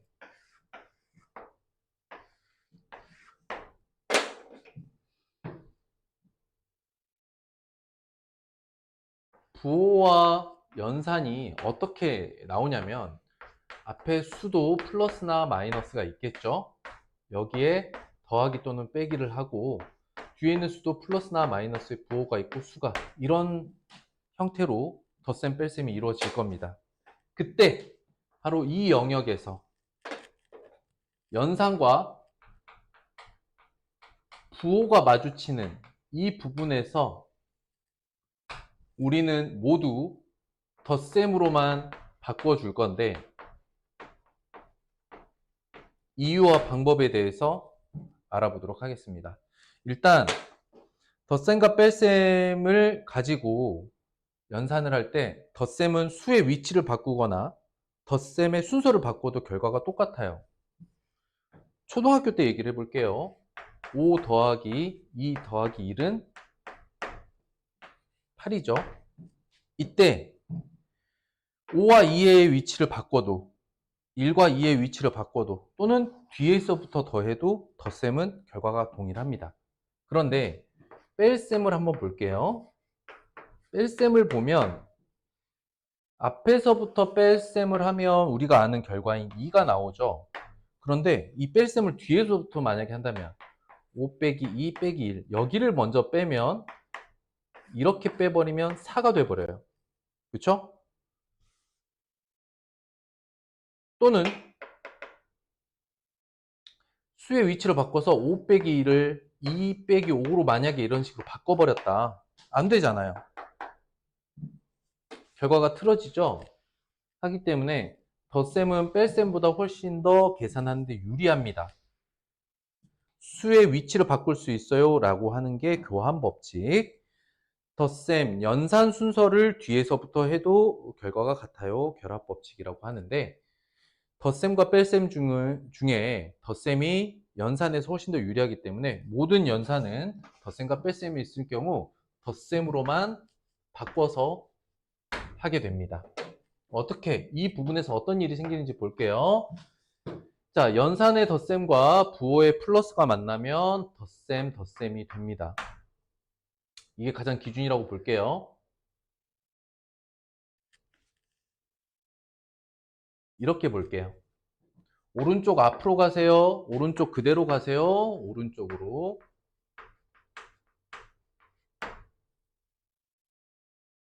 오른쪽 반대로 가세요. 왼쪽으로. 여기도 읽을 때 오른쪽에 반대로 가세요. 왼쪽. 왼쪽에 반대로 가세요. 오른쪽이 되겠지요. 그래서 어떻게 덧셈을 하느냐.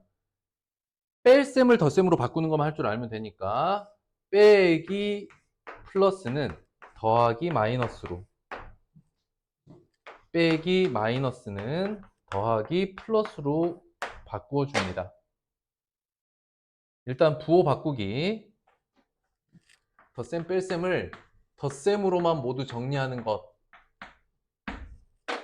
방법을 익혀봤고, 그럼 이제 덧셈 방법을 할 줄 알아야 되죠.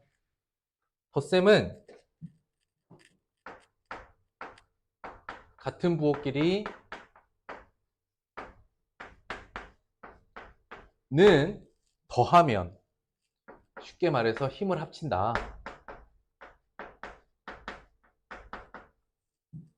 그런데 다른 부호끼리 덧셈을 하면 서로 싸운다. 이렇게 생각하시면 좀 편하겠어요. 덧셈 해보죠. 일단 덧셈으로만 이루어져 있으니까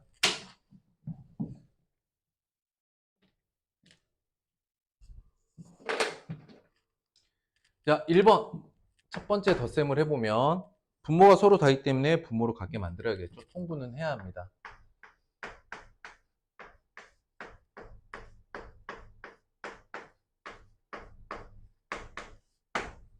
분모 분자에 모두 5를 곱해서 이렇게 통분을 한 다음 부호를 보는 거예요. 플러스에 플러스를 더하라. 같은 부호끼리 더하세요. 힘을 합쳐요. 결과는 플러스가 되고 10분의 46이 되겠다. 플러스 5분의 23. 자, 두 번째 덧셈을 해볼 건데, 두 번째 덧셈은 서로 부호가 다르죠. 서로 부호가 다른 거는 싸운다라고 했습니다. 싸운다고. 그런데 양의 값은 2고 음의 값은 마이너스 8이야. 이쪽이 훨씬 더 힘이 세죠. 절대값이 더 크죠. 절대값의 크기가 더 크기 때문에 뺄셈이 이깁니다.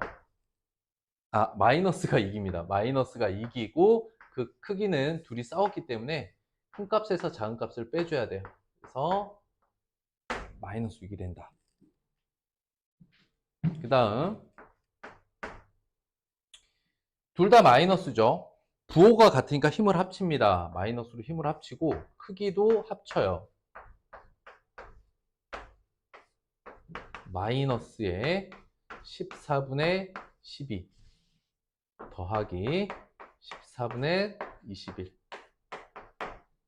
그랬더니 부호 마이너스 14분의 33 이렇게 계산이 끝나면 돼요. 특히 이 부분에 대한 이야기를 조금 더 해볼게요.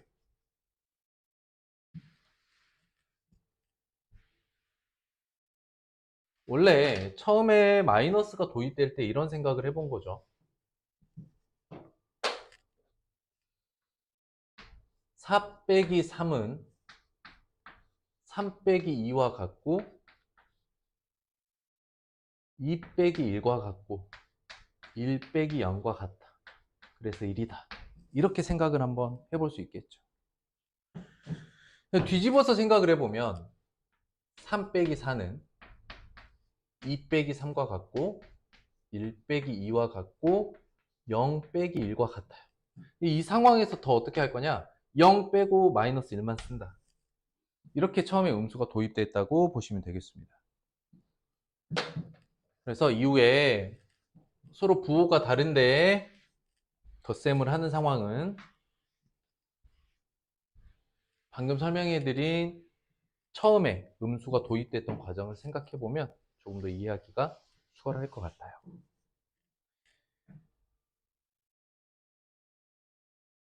자, 그래서 빼기 마이너스를 한번 다뤄보도록 하겠다. 자, 요 숫자는 플러스 6 더하기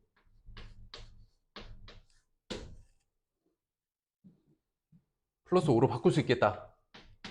언제나 뺄셈은 덧셈으로 바꿔줘야 되니까 마는 뿔로 바꿀 수 있다 그랬죠. 그리고 나서 두 수의 부호를 봤더니 같네요.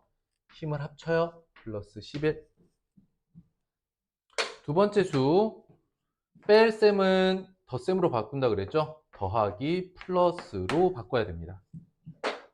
그래서 두 번째 계산은 마이너스 4분의 5 더하기 플러스 2분의 7이 되겠습니다. 4분의 14죠. 그래서 둘이 힘을 합쳐야 되느냐 싸워야 되냐라고 했을 때 싸워야 되죠. 마이너스와 플러스를 더하는 거기 때문에 둘이 싸우면 누가 이겨? 플러스가 이겨. 크기가 큰 쪽이 이깁니다. 4분의 5고 4분의 14이기 때문에 그러면 4분의 14 빼기 4분의 5 절대값 큰 값에서 절대값 작은 값 빼주시면 돼요. 플러스 4분의 9 이렇게 계산이 되어지겠다.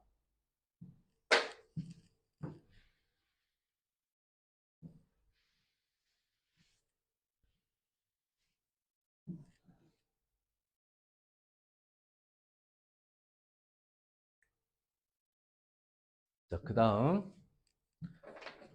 다음 수는 일단 플러스 3분의 8 덧셈으로 바꿔야 되죠. 더하기 마이너스 6분의 7. 자, 이렇게 둘을 더한다면 6분의 16이죠. 통분하게 되면. 그래서 양수와 음수가 있어. 플러스하고 마이너스가 있는데 플러스가 이기죠. 6분의 14니까 전체 부호는 플러스. 그런데 둘이 싸우는 거 아닙니까? 부호가 반대니까 싸울 때는 큰 값에서 작은 값을 빼준다. 는 거는 플러스 6분의 9 하면 안 되고 약분해서 2분의 3까지 가야 합니다. 여기까지 그냥 봐야겠어요.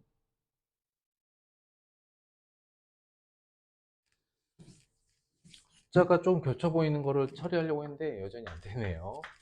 플러스 3 더하기 마이너스 3.7 더하기 마이너스 5.7을 계산을 하라고 합니다. 자, 모든 수가 덧셈으로 이제 연결되게 만들었죠. 덧셈으로 연결되어 있고 수를 봅니다. 중요한 거는 연산이 덧셈이어야 된다는 거예요. 자, 이랬을 때 양수, 음수가 있으니까 음수끼리의 덧셈을 먼저 하고 그 다음에 양수와의 덧셈으로 가는 게 순서가 맞겠다. 근데 이건 원칙은 아닙니다. 근데 계산을 생각을 해보면 더 편한 쪽, 즉 부호가 같은 아이들끼리 모아서 먼저 계산하고 그 다음 계산하는 게 생각해내고 연산하는데 더 수월합니다. 하기 때문에 요거 먼저 계산을 해볼게요. 둘 다 부호 마이너스니까 당연히 마이너스 힘을 합칩니다.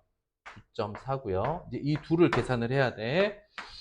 둘의 부호가 다르기 때문에 싸워야 되는데 마이너스 쪽의 크기가 더 크기 때문에 전체 부호는 마이너스고 수의 크기는 큰 수에서 작은 수를 빼주면 되겠다. 마이너스 6.4 이렇게 계산하면 되겠습니다.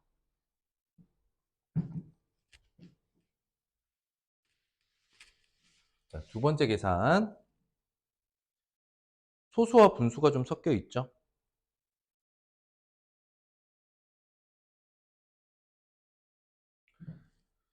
두 번째 계산이 마이너스 10분의 81로 바꿔 놓을게요. 더하기 플러스 3분의 5 플러스 마이너스 2.4니까 5분의 12로 바꿔 놓도록 할게요. 10분의 24가 나왔네요. 그대로 약분 안 하고 그랬을 때 마이너스끼리 먼저 더하고 플러스를 더해주자. 그러면 마이너스 10분의 105 더하기 플러스 3분의 5가 되고요. 마이너스 2분의 21 더하기 플러스 3분의 5. 통분해야겠지만 2분의 21이 훨씬 크죠.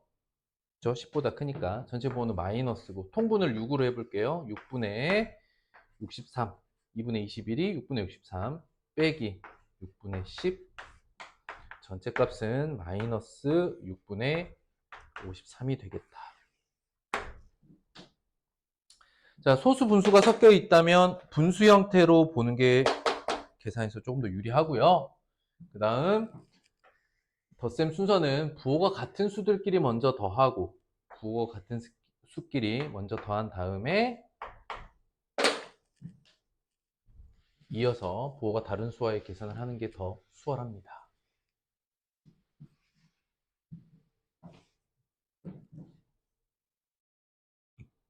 그 다음 숫자, 그 다음 수는 요건데요. 볼게요. 마이너스 5 더하기 플러스 4분의 5로 바꿔줘야 되고요.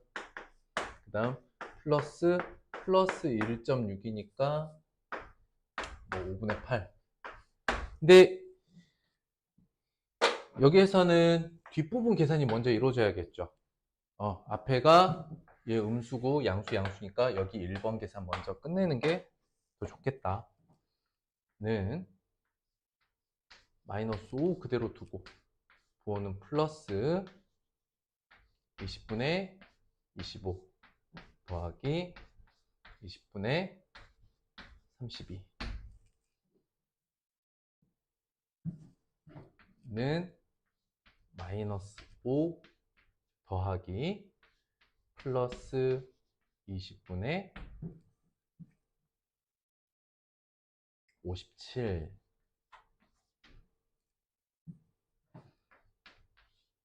마이너스 20분의 100 더하기 플러스 20분의 57 이렇게 바꿔주면 부호 다른 두 수의 덧셈인데 마이너스가 더 크죠. 절대값은 뒷부분 절대값은 마이너스가 더 크니까 싸워서 마이너스가 이길 거고 그래서 큰 수에서 작은 수를 이렇게 빼주면 전체 부호 마이너스 20분의 43이 되겠습니다. 이 중간중간 통분을 하거나 덧셈 뺄셈의 계산을 하는 거는 다소 여러분들이 시간이 있으면 누구나 할 수 있는 생각을 많이 깊게 해야 될 영역은 아니라서 부담 갖지 않으셔도 괜찮겠습니다.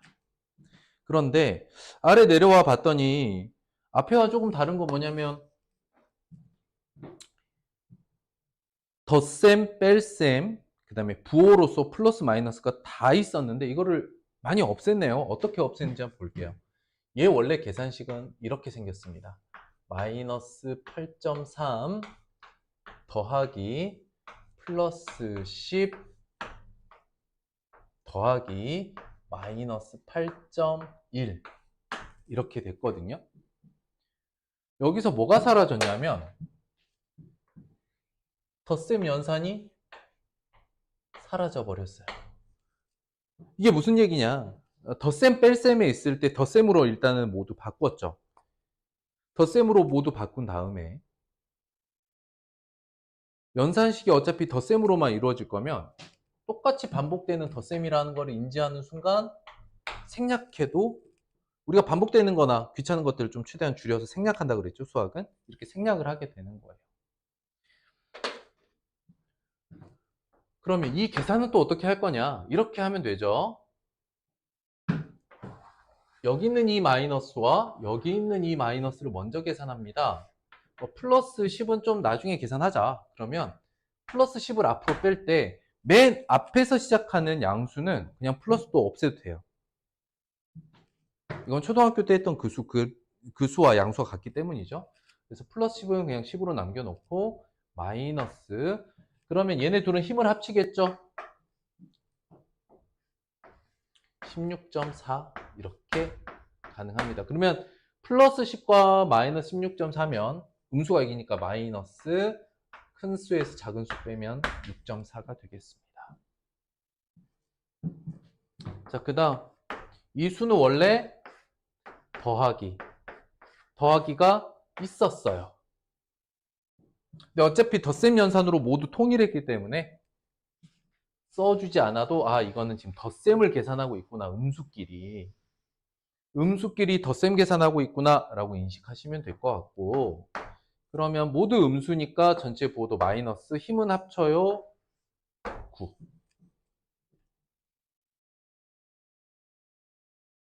됐을까요?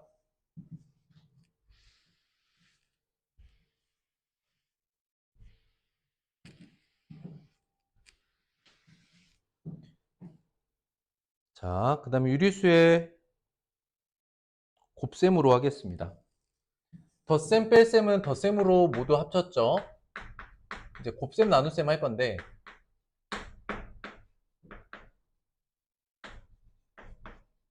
일단 1번 곱셈은 어떻게 하는가? 오늘은 이제 연산 위주로 설명할 거니까 방법만 설명을 할게요. 음수 부호가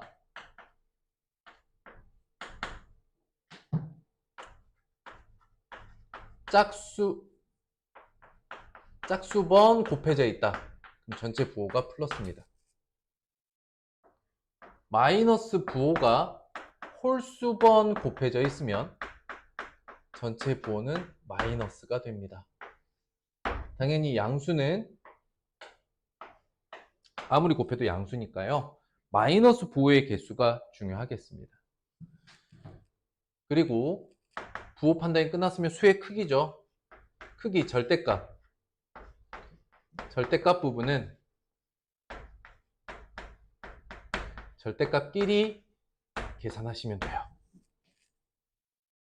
그래서 정수와 유리수의 곱셈은 오히려 덧셈 뺄셈보다 좀 더 편한 게 부호 판단은 음수 부호에 결정이 되고, 수의 크기는, 즉 절대값 부분은 원래 수의 절대값끼리의 계산으로 끝납니다. 두 번째, 나눗셈은 모두 곱셈으로 바꿔줍니다. 어떻게? 곱하기 역수로. 그럼 역수는 뭐냐? 6학년 때 했던 거죠. 역수는 둘이 곱해서 1이 되는 관계를 우린 역수 관계라고 하는데, 문자로 a분의 b라고 표현하면 b분의 a를 곱해야 그 결과가 1이 되죠. 역수는 분모와 분자를 바꿔놓은 수다. 바꿀 역자거든요. 분모와 분자를 바꿔놓은 분수. 분모와 분자를 바꿔놓은 분수를 우린 역수라고 한다. 정확하게는 역수란 무엇이냐? 그 정의는 서로 곱해서 1이 되는 관계가 역수인 거고, 역수의 형태는 분모와 분자를 바꾸어 놓은 모습이 되겠습니다. 우리는 곱셈, 나눗셈을 이렇게 할 거예요. 나눗셈은 곱셈으로 바꿔서 부호와 크기 판단은 곱셈 방식을 따르면 되겠죠. 그러므로 이 녀석 전체 부호는 플러스, 절대값 부분은 절대값끼리의 계산으로 하시면 돼요.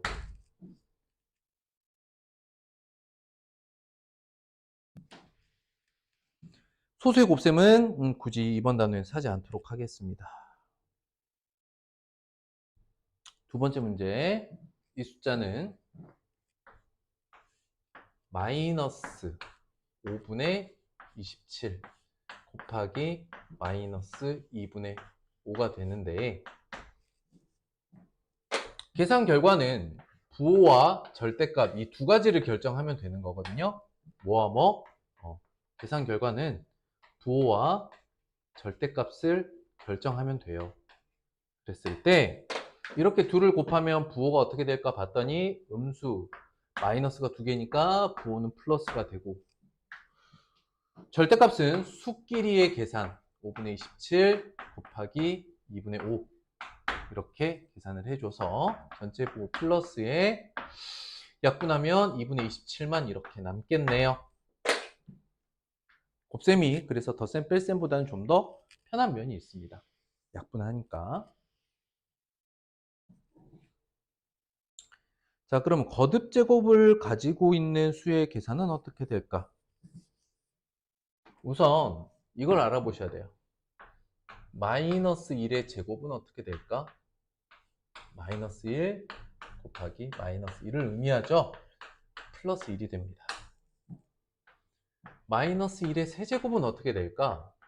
마이너스 1 곱하기 마이너스 1 곱하기 마이너스 1이고, 아까 이 값이 1이었죠. 양수 1 플러스 1이었기 때문에 다시 마이너스 1을 한 번 더 곱하면 부호는 마이너스 1이 되고, 음수의 개수를 따져보더라도 3개죠. 홀수번 곱해져 있죠, 음수가. 그래서 전체 부호는 마이너스, 그 다음에 수의 크기는 1을 3번 곱했으니까 여전히 1이다. 그래서 거듭 제곱 또한 부호 판단하는데 음수의 개수가 몇 개 있는지를 확인해 보시면 되겠다. 자, 그래서 플러스 8분의 7 곱하기 마이너스 4에 이렇게 묶어서 제곱인데, 여기서 좀 비교할 게 있어요. 마이너스 4를 묶어서 제곱이라고 쓰는 거랑 마이너스 4의 제곱을 안 묶어서 쓰는 거랑 어떤 차이가 있느냐? 괄호가 이렇게 있다는 거는 통째로 두 번을 곱하라는 뜻이에요. 그러니까 마이너스 4를 통째로 두 번을 곱하라 라는 뜻이니까 이 값은 플러스 16이 되는데, 아래식은 어떻게 되냐면 4를 제곱을 하고 그 다음에 마이너스 붙이세요라는 순서가 서로 다른 그런 계산이다. 이건 무슨 얘기냐? 마이너스 전에 4 곱하기 4를 먼저 하라는 이야기예요. 그래서 이 값은 마이너스 16이 되겠습니다. 거듭제곱의 표현을 조심하시면 될 것 같아요. 그래서 아무튼 요 앞에 계산을 좀 해보면 플러스 8분의 7 곱하기, 자, 마이너스 4를 통째로 두 번 곱해서 방금 봤더니 마이너스 두 번 곱했어요. 플러스 4를 두 번 곱했어요. 16 약분하니까 양수 14가 되겠죠.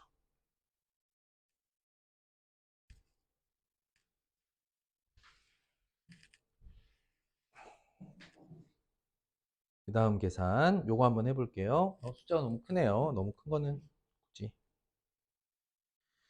그냥 요 밑에 것만 한번 해볼게요. 이제 조금 적응이 되셨으면 마이너스 묶어서 두 번 곱했어요. 부호는 플러스 3을 두 번 곱했어요. 9 곱하기 마이너스 9분의 5로 바뀌겠죠. 전체 부호는 어떻게 될까요? 마이너스겠죠. 그 다음에 수끼리의 계산은 절대값의 곱셈으로 다음과 같은 결과를 얻겠죠.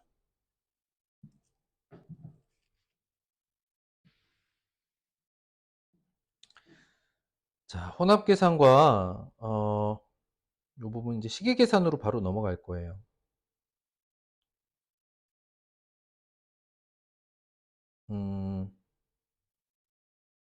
네, 여기서부터 식의 계산으로 넘어가겠습니다. 용어 정리는 오늘은 뭐 용어에 대한 이야기는 안 할 거고 계산법만 위주로 할 거니까. 이렇게 식을 계산하는데 한 덩어리 한 덩어리 곱할 때는 숫끼리 문자끼리, 뭐라고요? 수끼리 문자끼리.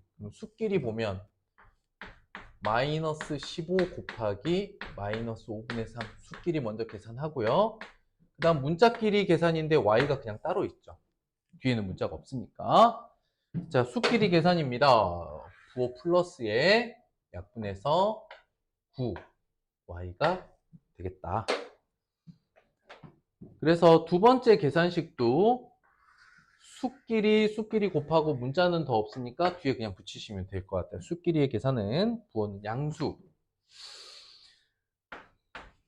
126 b. 세 번째도 수끼리 먼저 계산하죠. 수끼리 먼저 계산하면 부호는 플러스 10이고 문자 a. 수와 문자 또는 문자와 문자 사이의 곱셈 기호는 생략합니다.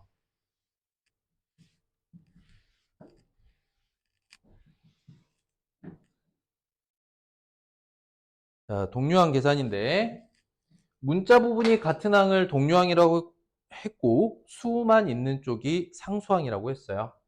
그래서 같은 문자끼리, 즉 종류가 같은 동류항끼리 계산과 수끼리의 계산을 구분해서 보면 분배 법칙으로 봤을 때 7-1y 이렇게 묶어서 볼 수 있고 마이너스 11, 마이너스 10과 마이너스 1은 이렇게 되니까요. 그래서 7-1이니까 6y 마이너스 11. 그 다음 마찬가지로 동류항 같은 A항끼리 계산을 해보면 마이너스 3, 마이너스 1A. 상수항은 5 더하기 3 그냥 8이네요. 그래서 마이너스 4A 더하기 8. 그 다음 동류항, 상수항.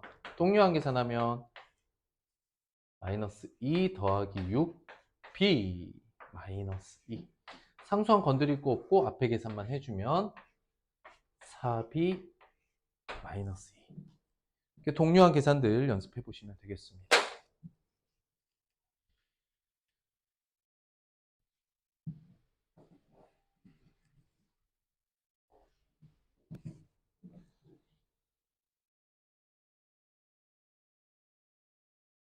다음 식을 간단하게 한번 해볼게요. 이제 분배 법칙인데 분배 법칙 할 때 괄호 앞에 있는 수를 한 번, 두 번, 여기도 마이너스 2를 한 번, 두 번 곱해야겠죠?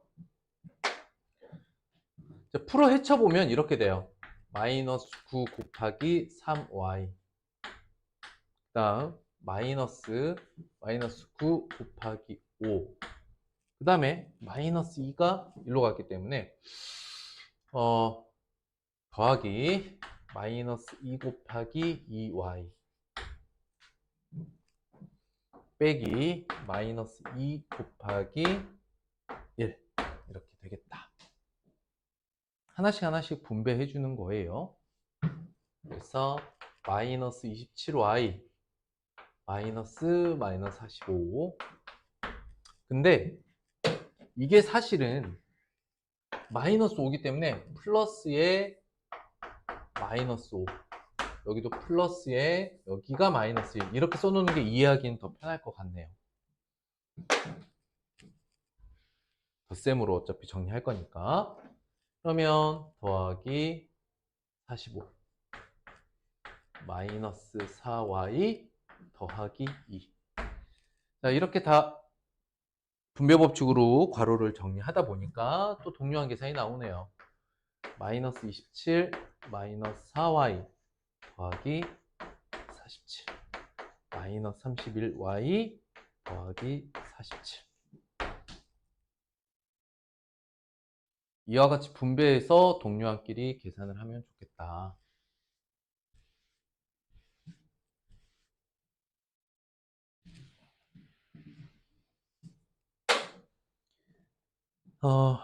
방정식 보도록 하겠습니다. 항등식 얘기는 있고요. 1차 방식 풀이로 바로 넘어가도록 하겠습니다. 방정식 풀이는 거꾸로 계산과 동일하긴 하는데 우리 방정식 1차 방정식 풀인데 방정식의 성질은 등식의 성질로서 문제를 풉니다. 등식의 성질이란 좌변과 우변에 같은 연산을 해주어도 등호는 성립한다라는 등식의 성질을 이거든요. 2x-72는 마이너스 70이라고 적혀 있는데, 우린 등식의 성질을 이용해서 좌변의 x항은 우변의 상수항 형태로 모아줄 거거든요. 이 모으는 걸 등식의 성질로 먼저 할 거예요. 그러니 좌변을 봤으면 x항, 상수항이 있고 여긴 상수항만 있죠. 그러면 여기 마이너스 72가 사라지게끔 하려면 72를 좌우변에 이렇게 더해줘야 돼요. 그러면 좌변 남는 게 2x 남고 우변에는 2가 남죠. 여기서 중요한 게 있다.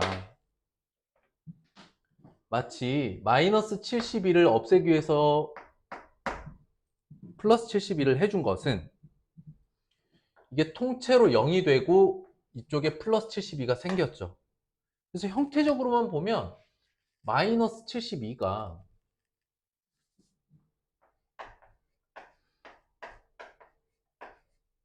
겉으로 보여지는 모양으로 보면 마이너스 72가 등호를 넘어와서 플러스 72가 된 것처럼 보이거든요. 우리 이런 걸 이 항이라고 합니다. 항이 마치 이동한 것처럼 보이죠. 실제 이동한 건 아닌데 마이너스 71을 없애기 위해서 이쪽에서 71을 더해주고 이쪽에도 그럼 똑같이 71을 더해줬는데 결과적으로 보면 여기 원래 있던 마이너스 72가 사라지고 이쪽에서 뿅 하고 플러스 72로 바뀌어서 생긴 것처럼 보이잖아요. 마치 좌변에서 우변으로 이렇게 넘어간 것처럼 보이죠. 그래서 항이 이동한 것처럼 보여서 우리는 이 항이 이동했어요, 이사 갔어요, 이런 뜻으로 이 항이라고 합니다. 그럼 2x는 2가 됩니다. 그럼 이번엔 x를 구해야 되는데 x 앞에 있는 2가 좀 귀찮죠. 그럼 좌우변에 2의 역수를 똑같이 이렇게 곱해줍니다. 그랬더니 약분이 되고 좌변 x는 우변 계산 1이다 라는 걸 알 수 있어요. 이렇게 2항하고 x항의 개수로 나눠줬다는 거는 역수를 곱했다 라는 말과 동일하죠. 역수를 곱해줘서 계산을 끝냅니다. 자, 그대로 훈련하고 연습해 볼게요. 자, 이번 문제 여기 한번 처리해 볼게요. 두 번째 문항 보시면 그대로 마이너스 2x 두고요. 마이너스 56이 이쪽으로 와서 플러스 56으로 이항되어 있다 라고 보는 거죠. 마이너스 2x는 40. 그 다음에 x항의 개수로 나눈다, 즉 곱하기 역수.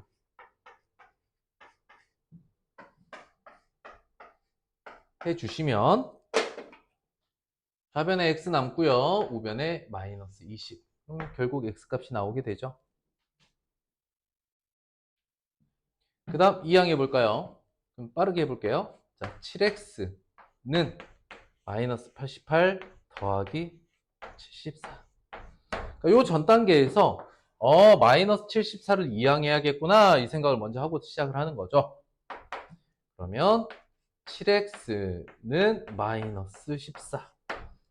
이 상황에서 우리는 7x에서 7을 1로 만들기 위해 개수의 역수를 이런 식으로 곱해주면 좌변에 x만 남고 우변에 마이너스 2.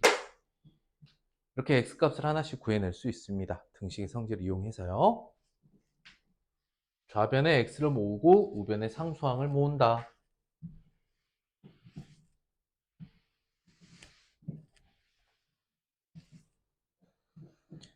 자, 여기까지 가장 기본적인 중학교 1학년에서 좀 필요한 연산들이었고요. 시간이 좀 길어지다 보니까 좀 루즈한 면이 있네요. 자, 여기까지 기초연산을 좀 해봤고, 연산이 이걸로 충분하진 않은데 기본적인 계산하는 방법들을 다시 한번 점검하기 위해서 복습해봤습니다.